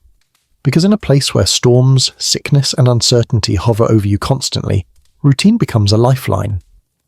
Here's your mainstream historical fact. Faith played an enormous role in early colonial communities. Daily prayers, Sabbath gatherings, communal readings, and strict observances shaped not only spiritual life but social structure. Religion wasn't a weekend activity. It was woven into the rhythm of survival. It dictated work schedules, conflict resolution, even how people interpreted illness or bad weather. You watch as Thomas, usually the loudest complainer, bows his head. Annabelle clasps her hands gently. Even Samuel remains still for once, eyes closed, brows relaxed. The moment feels strangely intimate, unified. You close your eyes too, not out of obligation, but because the stillness feels good. When the prayer ends, the group disperses to prepare for the Sabbath. Chores still need doing, of course. They always do. But today they're lighter, slower. People clean tools instead of using them. They cook simple meals instead of elaborate ones. They speak softly, as if the air itself asked for quiet. You help Martha tidy the cooking area. She hums that same tune again and hands you a wooden cup of gently herbal tea. "Calms the nerves," she says. You sip it. It tastes like leaves pretending to be helpful, but the warmth spreads just the same. As you work, she shares today's quirky tidbit. Some colonists firmly believed that sweeping your doorstep at dawn warded off misfortune. Others said placing a Bible under your pillow kept nightmares away. Still others carried tiny carved charms, often circles or knots, to tie down wandering spirits. You glance around camp and suddenly understand why half the settlers refuse to sleep without specific arrangements of objects around their beds. Later, the community gathers again, this time for a short reading. Not everyone pays attention. Kids fidget. A goat bleats loudly from the pen like it wants to join in. But most people sit with a quiet patience, absorbing the words even if they don't fully grasp them. Faith isn't always about understanding. Sometimes it's about holding something steady when the world around you isn't. As the reading ends, the conversation drifts toward yesterday's sickness. Some settlers claim the fever was a test of strength. Others insist the herbs worked. A few argue, half-jokingly, that the forest spirits heard their prayers. Historians still argue whether early colonists genuinely blended Christian belief with folk superstition, or whether desperation simply pushed them to mix every possible hope together like a spiritual stew. You step away for a moment, wandering toward the edge of the woods. The trees stand tall, rustling softly in the breeze. You feel strangely aware of them, as if they're listening. Maybe that's your imagination. Maybe it's the exhaustion. Or maybe, just maybe, being here long enough makes you more attuned to the land itself. You sit on a fallen log, letting your thoughts settle. Routine, ritual, fear, hope. They all swirl together in a careful balance. Then, you hear footsteps. It's Elias. He walks slowly, a blanket draped around his shoulders, but he's upright. Breathing better, his eyes brighter, he sits beside you on the log, offering a tired but genuine smile. Relief washes over you so suddenly you nearly sag sideways. "You look like you didn't sleep," he murmurs. "You look like you fought a fever and won." He chuckles weakly, barely. You sit together in quiet companionship, the kind that doesn't need words. After a long moment, Elias speaks again. "Funny thing," he says. "Yesterday, when I felt far away, I kept thinking about the way everyone gathers here. The prayers, the stories, the singing. It's strange, but it helps. Makes this place feel more like home." You nod. You don't say it out loud, but you feel it too. When you return to camp, the sun is higher. People prepare a simple communal meal. Bread, broth, dried berries. Everyone shares. Plates pass from hand to hand with soft smiles and tired gratitude. As you eat, someone starts telling a local folk tale. Something about a wandering ghost who steals people's spoons if they disrespect the forest. The children gasp dramatically. The adults roll their eyes affectionately. It's silly, strange, and oddly comforting. Joke number 1. You check your pocket to make sure your spoon is still there. After the meal, you help sweep the meeting house. Though Martha insists sweeping on the Sabbath is mildly rebellious. You reassure her you're pushing dust, not destiny. People spend the afternoon talking quietly, mending clothes, sorting seeds, and sitting together in peaceful stillness. No frantic chores, no frantic arguments, just community. Joke number 2. You catch Henry trying to teach the pig to bow its head during the next prayer. The pig refuses. It has boundaries. As sunset paints the sky in soft gold, the colony gathers one last time. Someone begins singing again, a slow, gentle melody. Voices join in, wavering but sincere. The harmony is simple, rough around the edges, but beautiful in its own worn way. You close your eyes. You let the sound wash over you. Ritual, routine, faith, fear, hope, all braided together, holding this fragile little settlement upright. Joke number 3. You briefly consider humming loudly, just to see if Samuel loses his place, but decide the piece is too rare to ruin. The night settles in, calm, soft, almost kind. You crawl into your shelter, the melody still echoing faintly in your ears, and realize something important. This place, harsh as it is, feels less frightening when everyone faces it together. And for the first time in weeks, you fall asleep easily. Morning light slides across your face like a lazy cat stretching, warm but not particularly helpful. You sit up, groaning softly. After yesterday's quiet, reflective rhythm, today feels heavier, because the Sabbath break is over, which means the real grind begins again. And today's grind, trade, bartering, negotiating. In other words, trying to convince people that your stuff is worth their stuff, even when both sets of stuff are objectively unimpressive. You step outside and immediately see a small crowd forming near the center of camp. People carry baskets, bundles, jars, tools, anything remotely tradable. The colony doesn't have formal currency yet, so everything runs on barter. You trade what you have for what you desperately need, and hope nobody tries to give you a broken tool in exchange for your hard-earned goods again. Looking at you, Thomas. You grab your contributions, a few usable wooden stakes, some spare rope, and a bundle of half-dried herbs. Not impressive, but not embarrassing either. You walk toward the gathering. The trading begins with cautious optimism. Martha offers berries in exchange for wool. Annabelle trades potions for candles. Henry attempts to trade goat milk, but his goat has recently decided she's done cooperating with humanity and refuses to be milked, so that conversation ends quickly. You find yourself trying to trade your wooden stakes for a handful of nails. The man you're negotiating with squints at your stakes, turning them over slowly. Bit crooked, he says.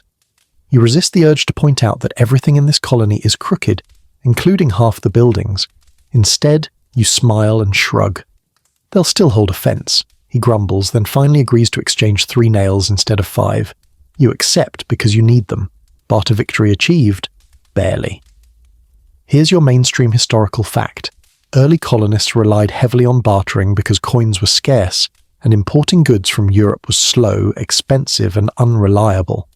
People traded everything: tools, crops, cloth, livestock, ale, labor hours, even personal favors. A good barterer could survive almost anything. A bad one? Well, they went without a lot. Your next trade is less successful. You try exchanging your herbs for a small clay pot. The potter sniffs your herbs dramatically, then frowns. "What's this?" he asks. "Mint," you say. He sniffs again. Smells like disappointment. He refuses the trade. Joke number 1. You consider marketing your herbs as disappointment-scented mint, just to lean into the branding. Across the clearing, 2 settlers are arguing loudly about the value of a rabbit pelt. One insists it should be worth a week's worth of corn. The other claims it's barely worth a handful of old seeds. Voices rise, arms wave. Someone kicks dirt in frustration. You edge away slowly, pretending to deeply admire a nearby tree. As you wander, you overhear Jonathan explaining his latest value chart, where he's assigned numerical standards for everything in the colony. Rope sen, 3 points. Corn, 2 points. Firewood, some passive points. Time spent milking an uncooperative goat. So priceless emotional damage. Historians still argue whether early trade systems were efficient or just barely organized chaos. From what you're witnessing now, you vote chaos. But then something unexpected happens. Something rare. You find a trade that feels fair. Annabelle approaches, her hands full of dried flowers. "You still have extra rope?" she asks. You nod. She offers you a handful of lavender stems in return. Fragrant, calming, a small luxury in a world where comfort is scarce. You accept happily. The trade is simple, balanced, pleasant. You tuck the lavender carefully into your bag, inhaling its soft scent. For a moment, trade doesn't feel like a battle. It feels like community. Unfortunately, that moment ends the second you hear shouting from across camp. It's Thomas. Of course it's Thomas. He's waving a broken axe handle and accusing Samuel of trading him faulty workmanship. Samuel insists it was fine when he handed it over. Thomas insists it snapped too easily. Samuel argues Thomas swings like he's trying to slay a dragon. Thomas argues Samuel's craftsmanship is an embarrassment to wood. Martha steps in to calm them, but Thomas and Samuel begin loudly debating whose ancestors had superior woodworking traditions. Joke number 2. You quietly place your lavender near your nose to counteract the rising stress levels. Later, you set out toward a neighboring settlement, an hour's walk through the woods, to participate in a larger trading session. You join a small group carrying baskets of goods along the narrow trail. The forest smells earthy and damp. Birds call overhead. Leaves crunch underfoot. You spend the walk hearing stories about past trade blunders.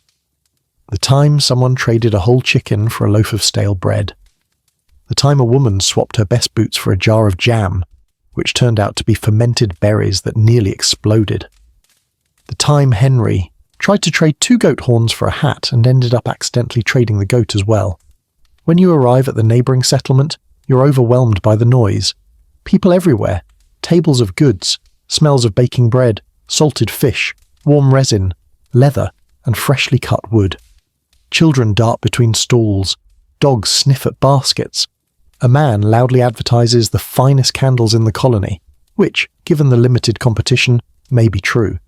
You trade some rope for a small loaf of bread. It's dense, slightly stale, and has the emotional texture of disappointment, but it's bread. You acquire a few precious metal hooks. You almost trade for a hat, then don't, because it looks like it might attract lightning. Then an older woman approaches with beadwork. Small, intricate pieces, she says, came from an indigenous trader she met earlier in the season. She speaks softly but confidently, explaining that some tribes traded furs, corn, tobacco, and crafted items with colonists, often teaching them how to survive winter through practical knowledge rather than words. She shows you a string of beads. The craftsmanship is stunning. She offers to trade it for your lavender. You hesitate. Lavender is comfort. Beads are beauty, both rare, both meaningful. In the end, you keep the lavender. Comfort wins today. Joke number 3. You tell your lavender it was almost replaced, and it forgives you because you're clearly losing your mind. Walking home, your group shares quiet conversation. No arguments, no drama, just the rhythmic crunch of footsteps. You clutch your items, a few nails, some bread, a pot, hooks, and feel a small swell of pride. You didn't lose anything important. You didn't get swindled. You didn't trade away the goat. It's a win. Back in camp, people return to their chores. Tools clatter, fires crackle. You store your new goods carefully, savouring the tiny upgrades trade has delivered. You sit beside your shelter, inhale the lavender again, and close your eyes. Today wasn't about survival. It was about exchange, connection, difference, negotiation, a strange dance of give and take. Not everything was fair, not everything felt good, but you're learning the rhythm, and tomorrow you'll barter again, because in this world, every trade shapes your future. The morning sun creeps into your shelter like an uninvited guest, sliding across your face and warming you just enough to be annoying. You stretch, reach for your shirt and freeze, because the moment the fabric brushes your skin, you're reminded of a simple, painful truth. Colonial clothes itch. Everywhere. Always. You tug the shirt on anyway because modesty exists, even in 100% discomfort. The wool scratches your arms like you're hugging an angry hedgehog. The linen underlayer isn't much better, stiff in some places, saggy in others, smelling faintly of smoke and desperation. You step outside, shifting your shoulders as the seams rub all the wrong places. This is the daily experience of dressing like a respectable colonial citizen, looking fine from a distance, feeling like you're wrapped in artisanal sandpaper. Here's your mainstream historical fact. Early colonial clothing was mostly wool, linen, or rough cotton. Fabric was expensive and almost always handmade, spun, woven, and stitched by hand. Most people owned only a few outfits, which they wore repeatedly until they frayed, tore, or developed a personality of their own. You join the others at the fire pit. Martha is complaining loudly about her skirt hems picking up burrs. Henry is flapping his shirt to cool down, hitting himself with the sleeves like he's fighting invisible bees.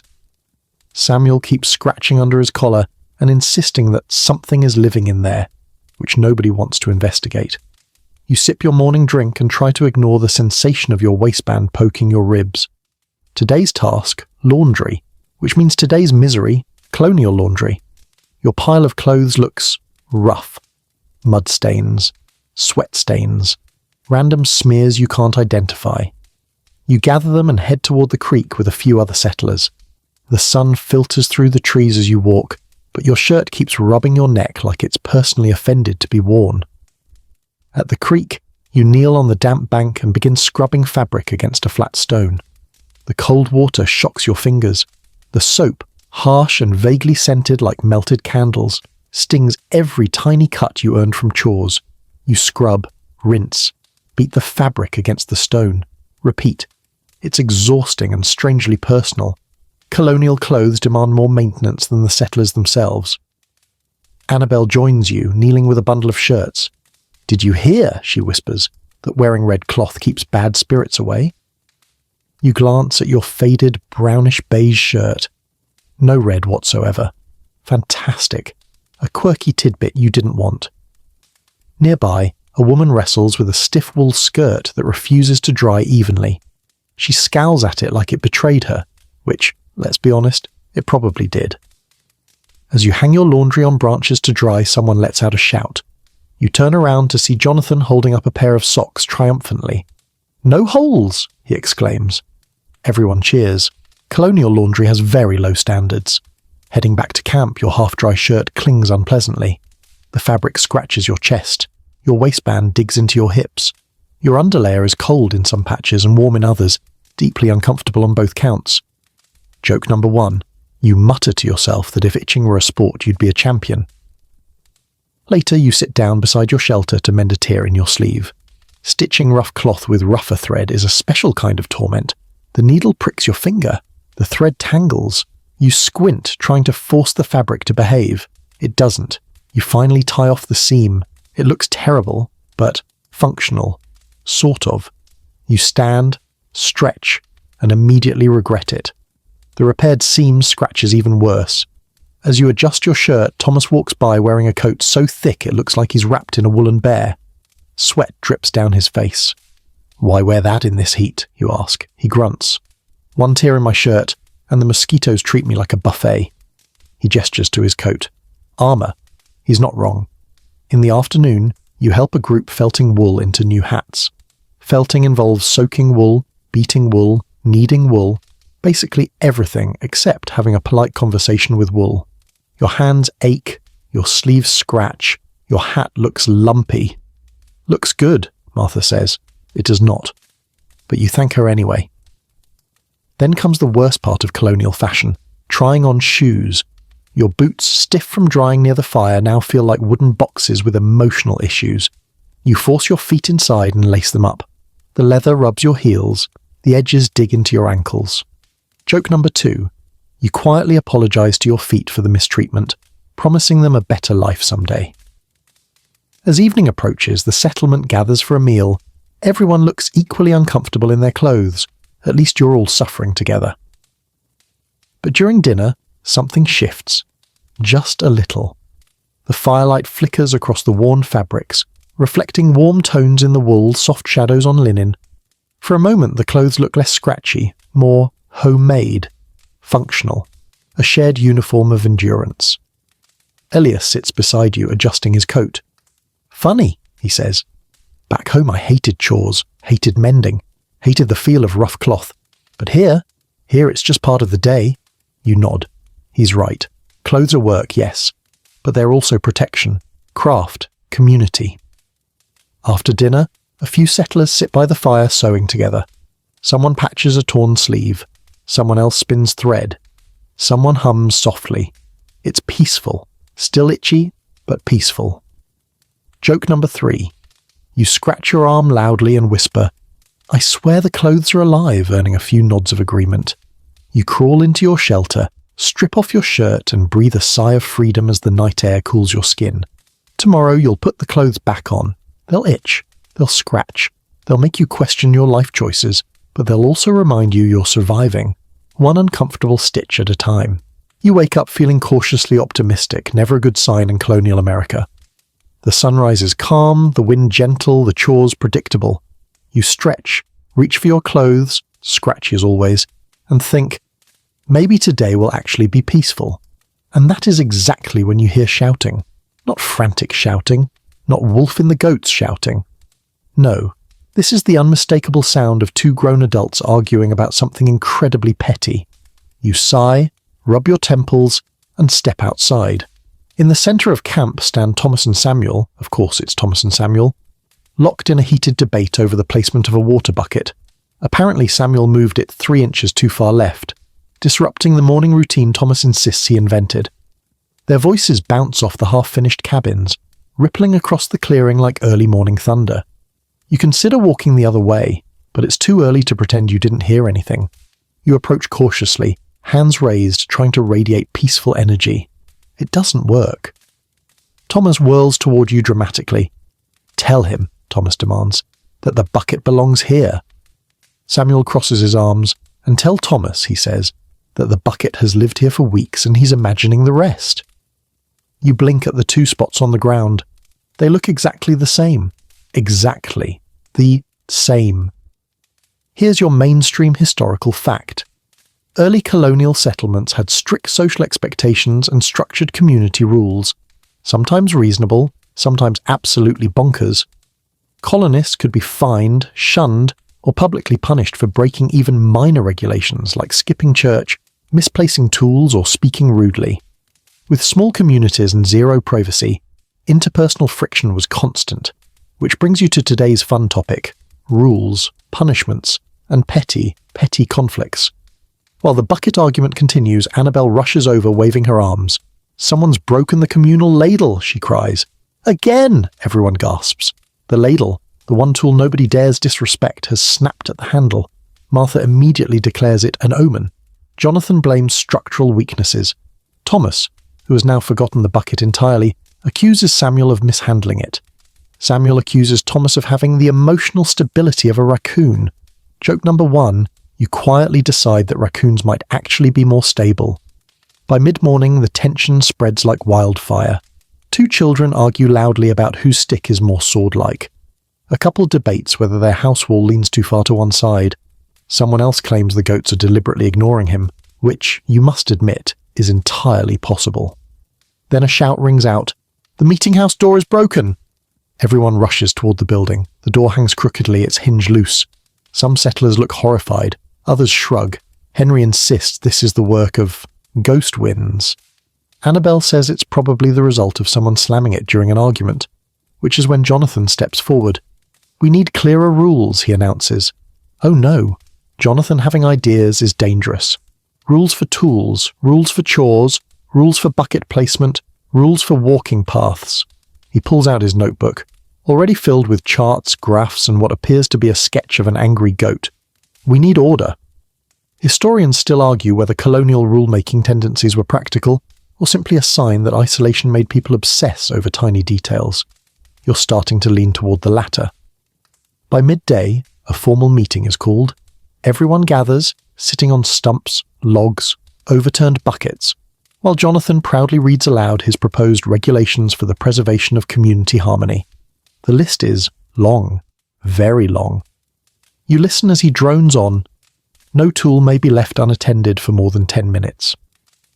Doors must be opened and closed with deliberate gentleness. Laundry lines must be spaced 3 feet apart. Pigs may not roam without supervision. Disputes involving buckets shall be handled by a designated bucket mediator. The crowd collectively groans. Thomas raises a hand. "I nominate myself as bucket mediator." "No," half the settlement shouts at once. Then someone brings up punishments.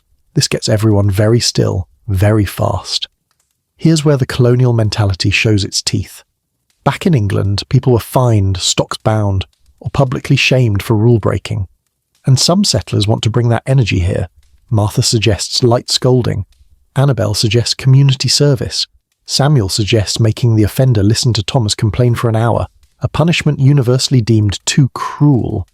Then Henry, of all people, proposes the stockades. You stare at him. "The stockades? Already?" he shrugs. "Just an idea." Joke number 2.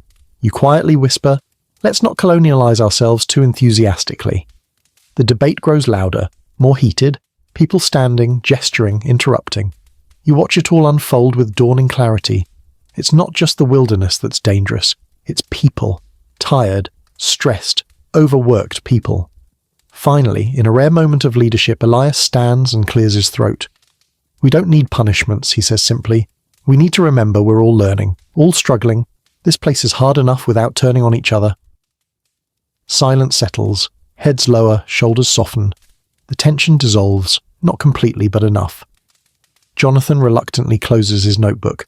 Thomas mumbles something about buckets, but quiets when Martha elbows him. People drift back to their chores, calmer now. The crisis is over, for the moment. Later in the afternoon, you help repair the meeting house door. While doing so, you overhear 2 settlers reconciling about the ladle incident.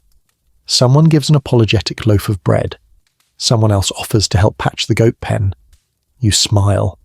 Maybe punishment isn't necessary after all. Maybe community is. But just as you're feeling hopeful, a loud commotion erupts near the animal pens. You rush over and discover that the pig has escaped again, running proudly through camp with someone's freshly washed shirt clenched between its teeth. The settlers groan. You sigh deeply. Joke number 3. You mutter, honestly, maybe we do need stockades, just for the pig. But even as chaos unfolds all over again, the mood remains lighter, less tense, more forgiving. Because in this strange, rugged world, rules don't keep the colony alive. People do, and every conflict, no matter how dramatic or petty, is part of learning how to live together. The sun sets, the fire glows, voices soften, and the colony settles into a fragile, imperfect peace, at least until the next bucket crisis. You wake with a stiff neck, a sore back, and a growing realization that today's chores are going to require walking. Lots of walking. Because the colony has a new problem. Distance. Everything you need is always just far enough away to be annoying, but never close enough to be convenient. You step outside, stretch your aching legs, and glance toward the forest trail with a sigh so dramatic it could win an award. Your boots feel heavier than usual, probably because they're mud-caked, water-warped, and emotionally exhausted. But there's no avoiding it. The settlement needs clay from the riverbank, herbs from the meadow, and word passed to a neighbouring outpost about a planned trading meet. And guess who's on the walking roster today? You. You tie your coat tight, grab your canteen, adjust your already itchy collar, and start trekking along the narrow dirt path that cuts through the woods. The morning sunlight filters through the leaves, dappling the forest floor with shifting patches of gold. It looks peaceful, but your feet already disagree. Here's your mainstream historical fact. In early colonial America, travel was painfully slow. Roads were barely paths. Wagons frequently broke on roots or sunk into mud. And most people walked everywhere, miles and miles each week, through forests, marshes, fields, and rough terrain. A simple errand could take an entire day. The first 100 steps feel fine. The next 100 feel less fine. By the 500th step, you're convinced your boots are staging a rebellion. You try focusing on the scenery. Birds chirp overhead. Squirrels dart up trees. Sunbeams glimmer on dewy ferns. For a brief moment, you almost enjoy the walk, until a low-hanging branch smacks you directly in the forehead. You stumble back, clutching your skull. Joke number 1. You glare at the tree, whispering, "I know you did that on purpose." You keep walking. The path narrows. Roots twist across it like nature's version of booby traps. Every step is a gamble. Step on a root wrong and your ankle twists. Step in the wrong patch of grass and you discover swampy muck up to your knees. After 20 minutes, you glance at the horizon and realize, with deep despair, that you've only traveled a distance your future self would describe as laughable. Eventually you reach the first task, collecting clay from the riverbank. The river is shallow but wide, its water moving with a lazy murmur. Dragonflies zip across the surface in flashes of blue and green. You find a soft patch of clay near the bend and kneel to gather handfuls into your bucket. It's messy work. Satisfying, but messy. Clay squishes between your fingers like it's auditioning to become natural hand lotion. You pack it into the bucket, feeling a strange sense of pride. Then your foot slides on the wet bank and you fall forward with an embarrassing splat. Congratulations, you are now wearing more clay than you've collected.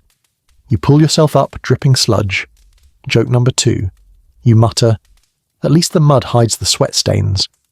With the bucket full, you begin the second leg of your journey, walking to the meadow to gather herbs. The path curves through thicker forest, and the air grows cooler. But the insects grow louder. A buzzing cloud follows you, like you owe it money. When you finally emerge into the meadow, the tall grass sways gently in the breeze. Daisies dot the landscape. Wild mint grows along the edges, releasing a fresh scent as your boots crush it. You kneel to gather bundles of plants Martha requested, careful to avoid anything prickly or suspicious looking. As you work, you remember today's quirky tidbit. Some colonists believed that certain meadow herbs could help guide travellers, ensuring they didn't get lost. Others believed placing a leaf in your shoe would prevent blisters. You try it.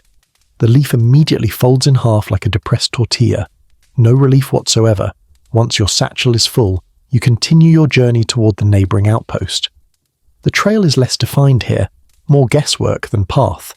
You concentrate on the landmarks Martha taught you. A crooked oak, a fallen log, a large boulder shaped like a loaf of bread. Soon, the terrain shifts from soft meadow soil to rocky undergrowth. Your ankles protest. Your calves stage a revolt. The bucket handle digs into your fingers. Sweat drips down your face. Every breath feels heavier. Historians still argue whether early colonists were tougher than modern people or simply too exhausted to complain. You feel confident they complained plenty. They were just too far from anyone who cared to listen. By the time you reach the outpost clearing, your legs feel like mush. But you deliver the message, awkwardly wave, and turn back toward home. The sun is beginning to lower, shadows lengthening. You still have hours of walking ahead of you. The trek back is slower, much slower. Walking alone in the fading light has a way of stretching time. Every sound feels sharper. Every rustle demands attention. A bird flaps from a branch. A rabbit darts across the trail. Then a heavier sound, something moving deeper in the woods. You freeze. Your heartbeat quickens. The sound repeats. Slow, deliberate, heavy.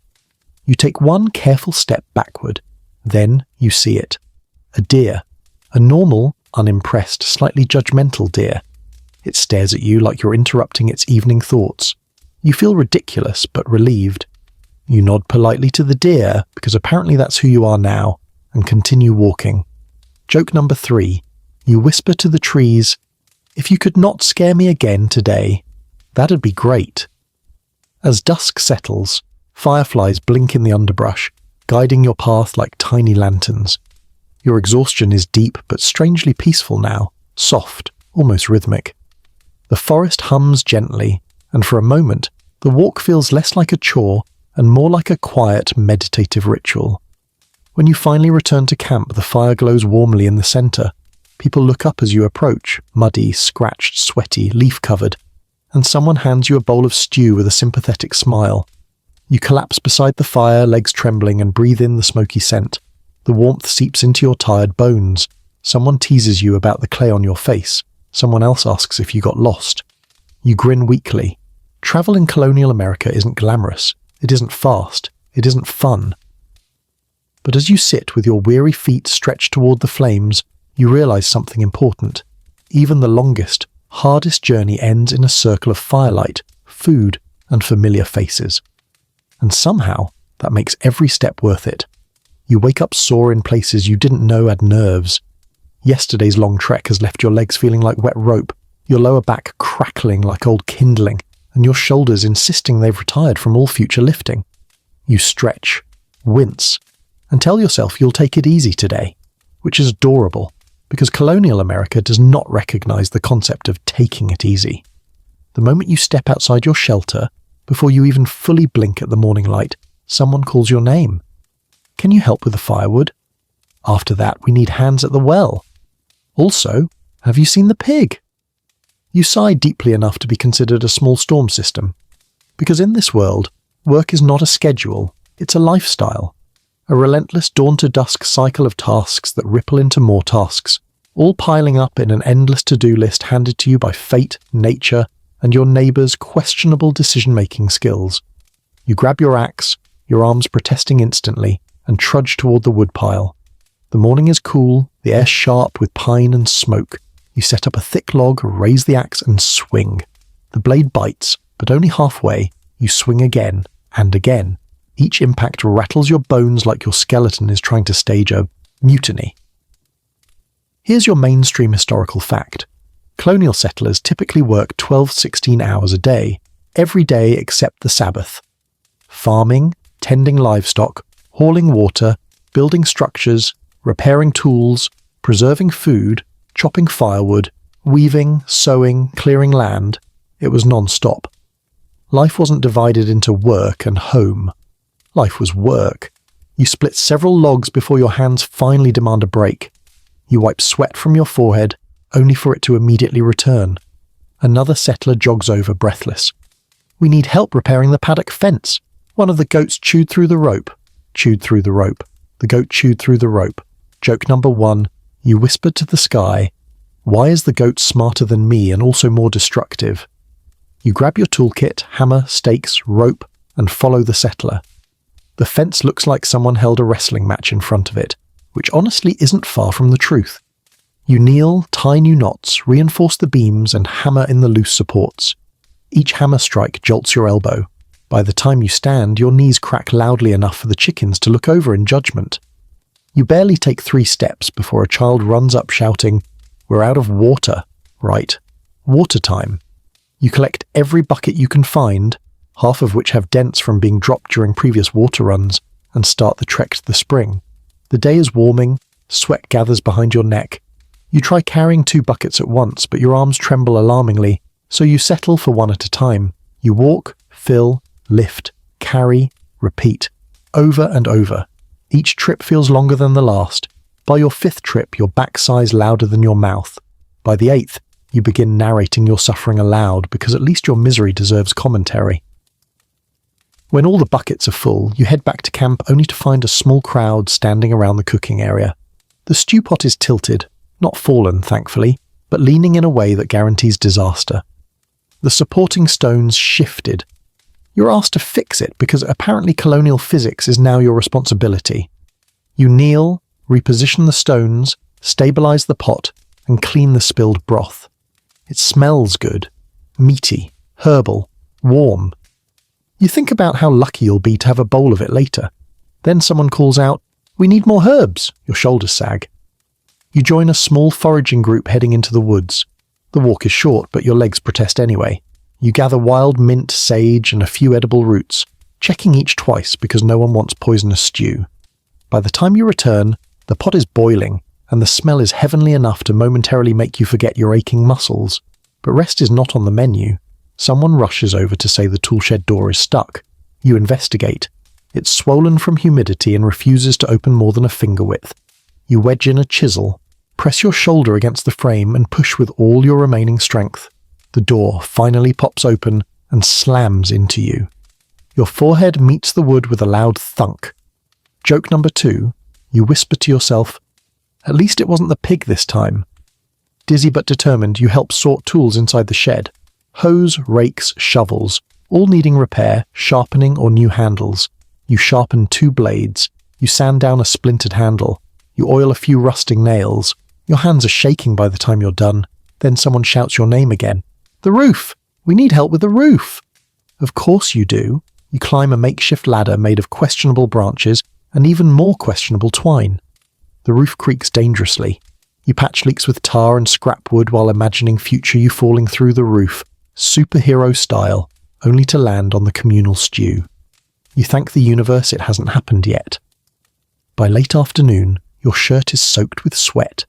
Your hair is plastered to your forehead, and your arms feel like they've melted into noodles. You stagger toward the fire pit just as dinner is being served. You sit. You breathe. You let your bones recalibrate. The stew is perfect, savoury, warm, comforting. Several settlers sit beside you, equally exhausted. No one speaks at first. You're all too tired. Eventually, Elias breaks the silence. "Work never ends," he says softly.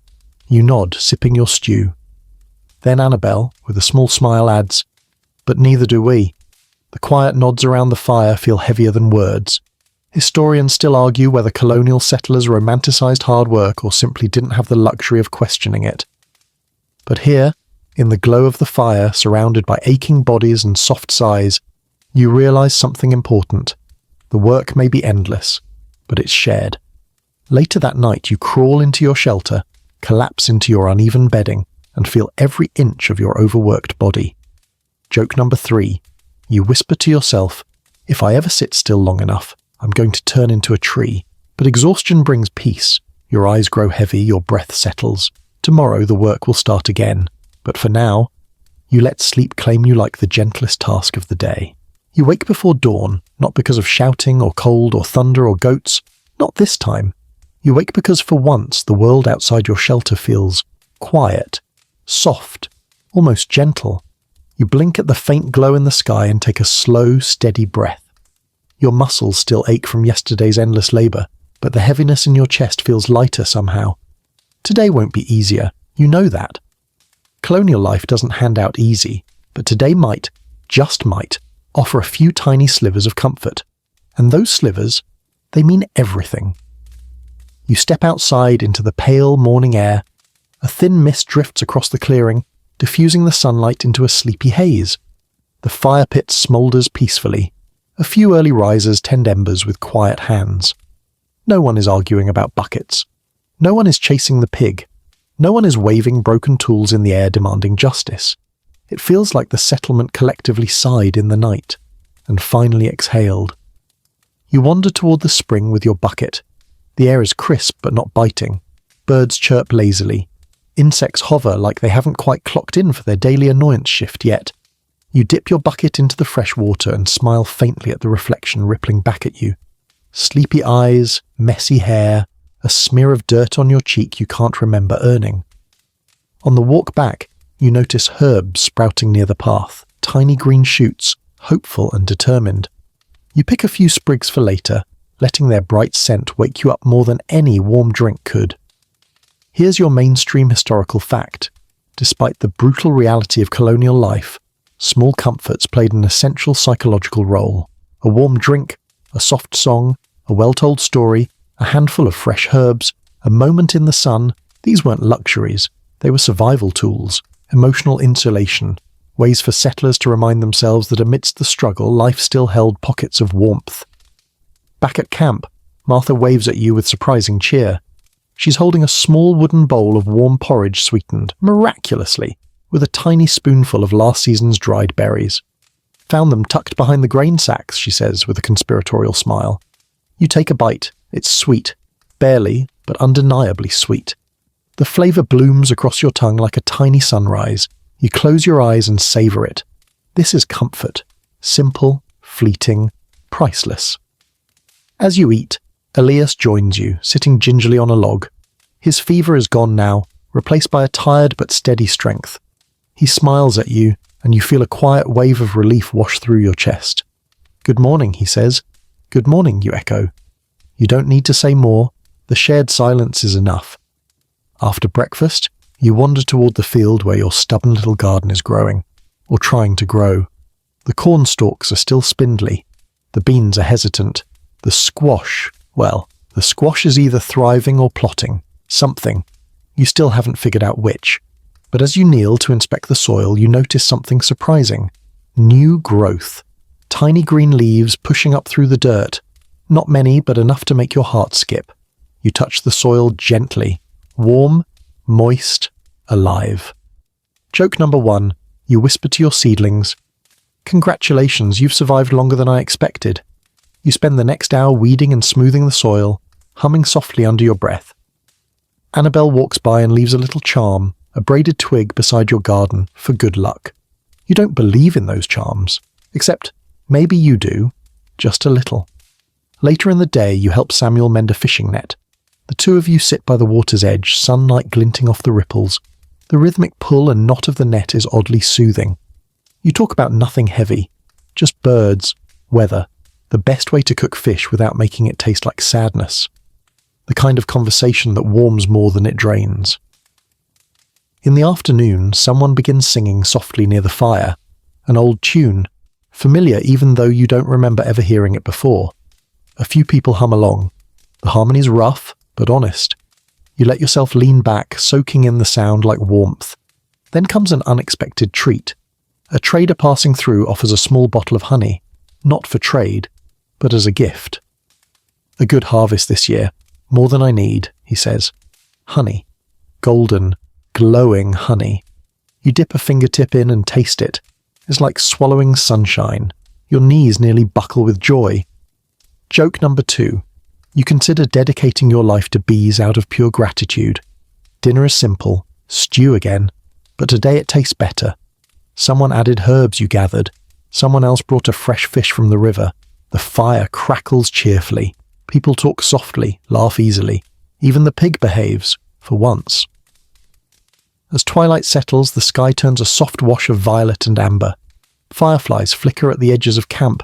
The breeze is warm, not stifling. You sit with Elias, Martha, Annabelle, Samuel, your strange little colonial family, and simply exist. No sickness, no storms, no crises, just a rare, quiet moment. You lean back, staring at the stars appearing one by one in the vast dark sky. The forest hums, the fire pops, the air smells of wood smoke and mint and earth. Joke number 3. You murmur, If tomorrow asks for extra chores, I'm sending a strongly worded letter to the universe. But even as you joke, you feel something deeper settle into your chest. Gratitude, contentment, a fragile peace. In this harsh world, comfort doesn't come from grand luxuries. It comes from a warm bowl of porridge, a friendly smile, a growing seedling, a shared song, a flicker of firelight, a moment of rest. Small things, tiny things, the things that make survival feel worth it. You crawl into your shelter, the lavender sprig Annabelle traded you tucked beside your bedding. The sweet scent drifts upward as you lie down, your muscles relax, your breathing slows. The world feels gentler than it has in days. Tomorrow will bring work and worry and whatever else colonial life decides to fling at you. You know that. But tonight you rest in the soft glow of small comforts, and for once that feels like enough. You feel it before you even open your eyes. Not a noise, not a temperature shift, but a sense. A quiet, subtle awareness that something in the air has changed overnight. When you finally sit up and step outside your shelter, blinking into the soft morning light, you see it. The colony looks slightly different. Not transformed, not modern, but changed enough that your tired brain pauses, takes a slow breath, and thinks, something's shifting. The ground is more worn now, paths starting to form where feet have walked day after day. The meeting house stands straighter after so many repairs. The gardens show new green shoots fighting their way into the world. The fencing is sturdier, the fire pit wider. The sounds of the settlement, voices, tools, footsteps, carry a tone that wasn't there when you first arrived. Steadiness. You walk through camp and for once you don't immediately get ambushed by chores. Instead, you catch small glimpses of growth everywhere you look. Martha is teaching 2 children how to braid cord so they can help mend clothing. Samuel is sharpening tools with a skill that now looks practiced rather than improvised. Someone built a simple rack for drying herbs. Crooked, sure, but functional. Even Henry and the pig seem to have reached some sort of ceasefire. The colony is still rough, still fragile, still wildly chaotic, but undeniably quietly evolving. You wander toward your garden out of habit, half expecting the usual fight with weeds and slumped stalks. But when you kneel beside the soil, your breath catches. The plants look taller, stronger. Little tendrils stretch upward. Leaves are wider, more confident. Growth, real growth, is happening. You brush your fingers along the damp earth. Life is taking root here. Not easily, not quickly, but certainly. Here's your mainstream historical fact. Early colonies, after their brutal first months or years, often entered slow but steady periods of improvement. Better shelters, better food stores, more reliable routines, and deeper relationships with neighbouring indigenous groups all contributed to stability. It wasn't sudden, it wasn't smooth, but the shift was real. As you stand, Annabelle approaches with her basket. "Feel it?" she asks quietly. You nod. You don't have to explain what "it" means. She smiles knowingly and returns to gathering herbs. Walking through the settlement, you spot something else, something unexpected. Tools laid out neatly in a row. Water buckets arranged with actual intention. Clothes not just mended, but decorated with small stitched patterns. Tiny flourishes of creativity slipping into the cracks between survival tasks. Little touches of humanity. Near the meeting house, you see a handful of settlers planning something around a charcoal sketch scratched in the dirt. An idea for a larger storage shed. The lines are messy, the measurements questionable, but the ambition is unmistakable. Elias waves you over. His face looks healthier now, though still tired in that settled, determined way everyone carries. "We're thinking of adding a second roof beam," he says, "maybe even shutters, before winter returns." Your eyebrows rise. Shutters? Luxury! But then again, why not? As the group debates materials, Thomas predictably argues about the angle of the beams. Samuel rolls his eyes but keeps working. Annabelle marks measurements with a stick. You contribute suggestions here and there, surprised at how much you've learned, how natural it feels to problem solve alongside these people. Joke number 1, you mention a skylight and immediately get 6 horrified stares. Later you help Martha grind herbs for winter remedies. She splits her time between instructing you and humming a tune that reminds you of quiet evenings back home. When the bowl is full, she pats your shoulder. You pick things up quickly, she says. You feel a swell of warmth at the words. Praise rare enough to count as treasure. In the afternoon, you work with a few settlers repairing the river trail. Normally this would feel like a punishment from the universe, but today the air feels different. The sky is clear. A cool breeze threads through the trees. You move slower, more intentionally, less frantic, more present. As you walk back, Jonathan approaches with something in his hands. A small wooden sign carved clumsily but proudly. It reads, "Path to the Meadow." You blink at it, surprised. "Signposts?" you ask. He shrugs, embarrassed. "Well, I thought it might help." Historians still argue whether early settlers' organizational improvements were innovations or simply people getting fed up with constantly getting lost. But either way, you're impressed. Joke number 2. You tell Jonathan you'll trade him one emotional breakdown for another signpost. He considers it seriously. Evening settles in with golden light stretching across the clearing. Dinner smells richer than usual. Someone found wild onions, someone else caught fish, and the stew tastes almost celebratory. After the meal, everyone sits in a loose circle around the fire. There's laughter tonight. Real laughter. Not the exhausted, half-delirious kind. The genuine kind. Someone tells a ridiculous story about Henry chasing the pig into the woods. Someone else recounts the time Samuel tripped into the berry patch and emerged looking like a jam-covered cryptid. The community feels whole. Maybe not thriving yet, but undeniably alive. Joke number 3. You announce that if the pig ever achieves total escape, you'll write an epic about its adventures.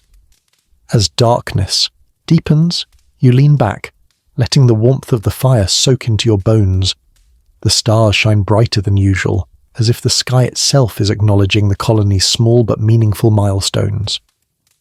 For the first time since you arrived, you feel something new settle into your chest. Not fear, not exhaustion, not anxiety, but possibility. Change is slow here, unpredictable, messy, and yet it's happening. Right under your feet, inside the people around you, inside you. You walk back to your shelter, hearing the soft night sounds, the crackle of fire, the murmur of voices still gently talking as the flames dim. You curl into your bedding, a little cleaner, a little softer now, and close your eyes. Tomorrow will bring challenges. Storms, broken tools, goats committing minor crimes, but also new growth, new systems, new chances. The colony is changing, and you're changing with it, slowly, quietly, steadily. And in that slow rise towards something better, you finally feel almost ready to rest. And now, as the last embers of the day settle into a warm, reddish glow, let everything inside you begin to soften. Feel your breath slow just a little. Feel the weight of the world, of the chores, the noise, the work, gently slip from your shoulders and rest somewhere far outside the room you're in now.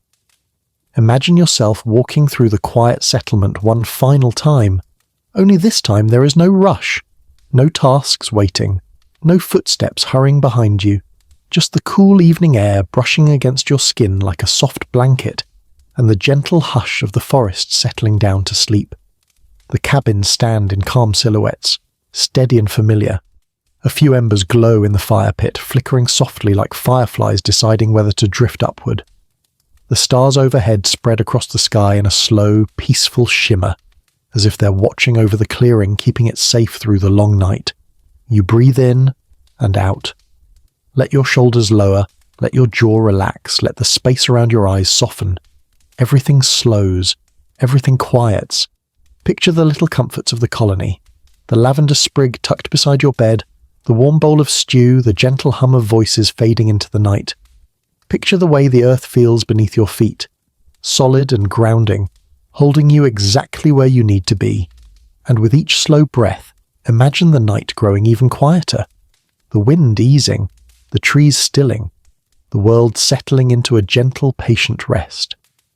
Let your thoughts drift like smoke rising into a calm sky. Let your body sink deeper into stillness, and let sleep come to you softly, steadily, like the slow dawn that will rise again tomorrow.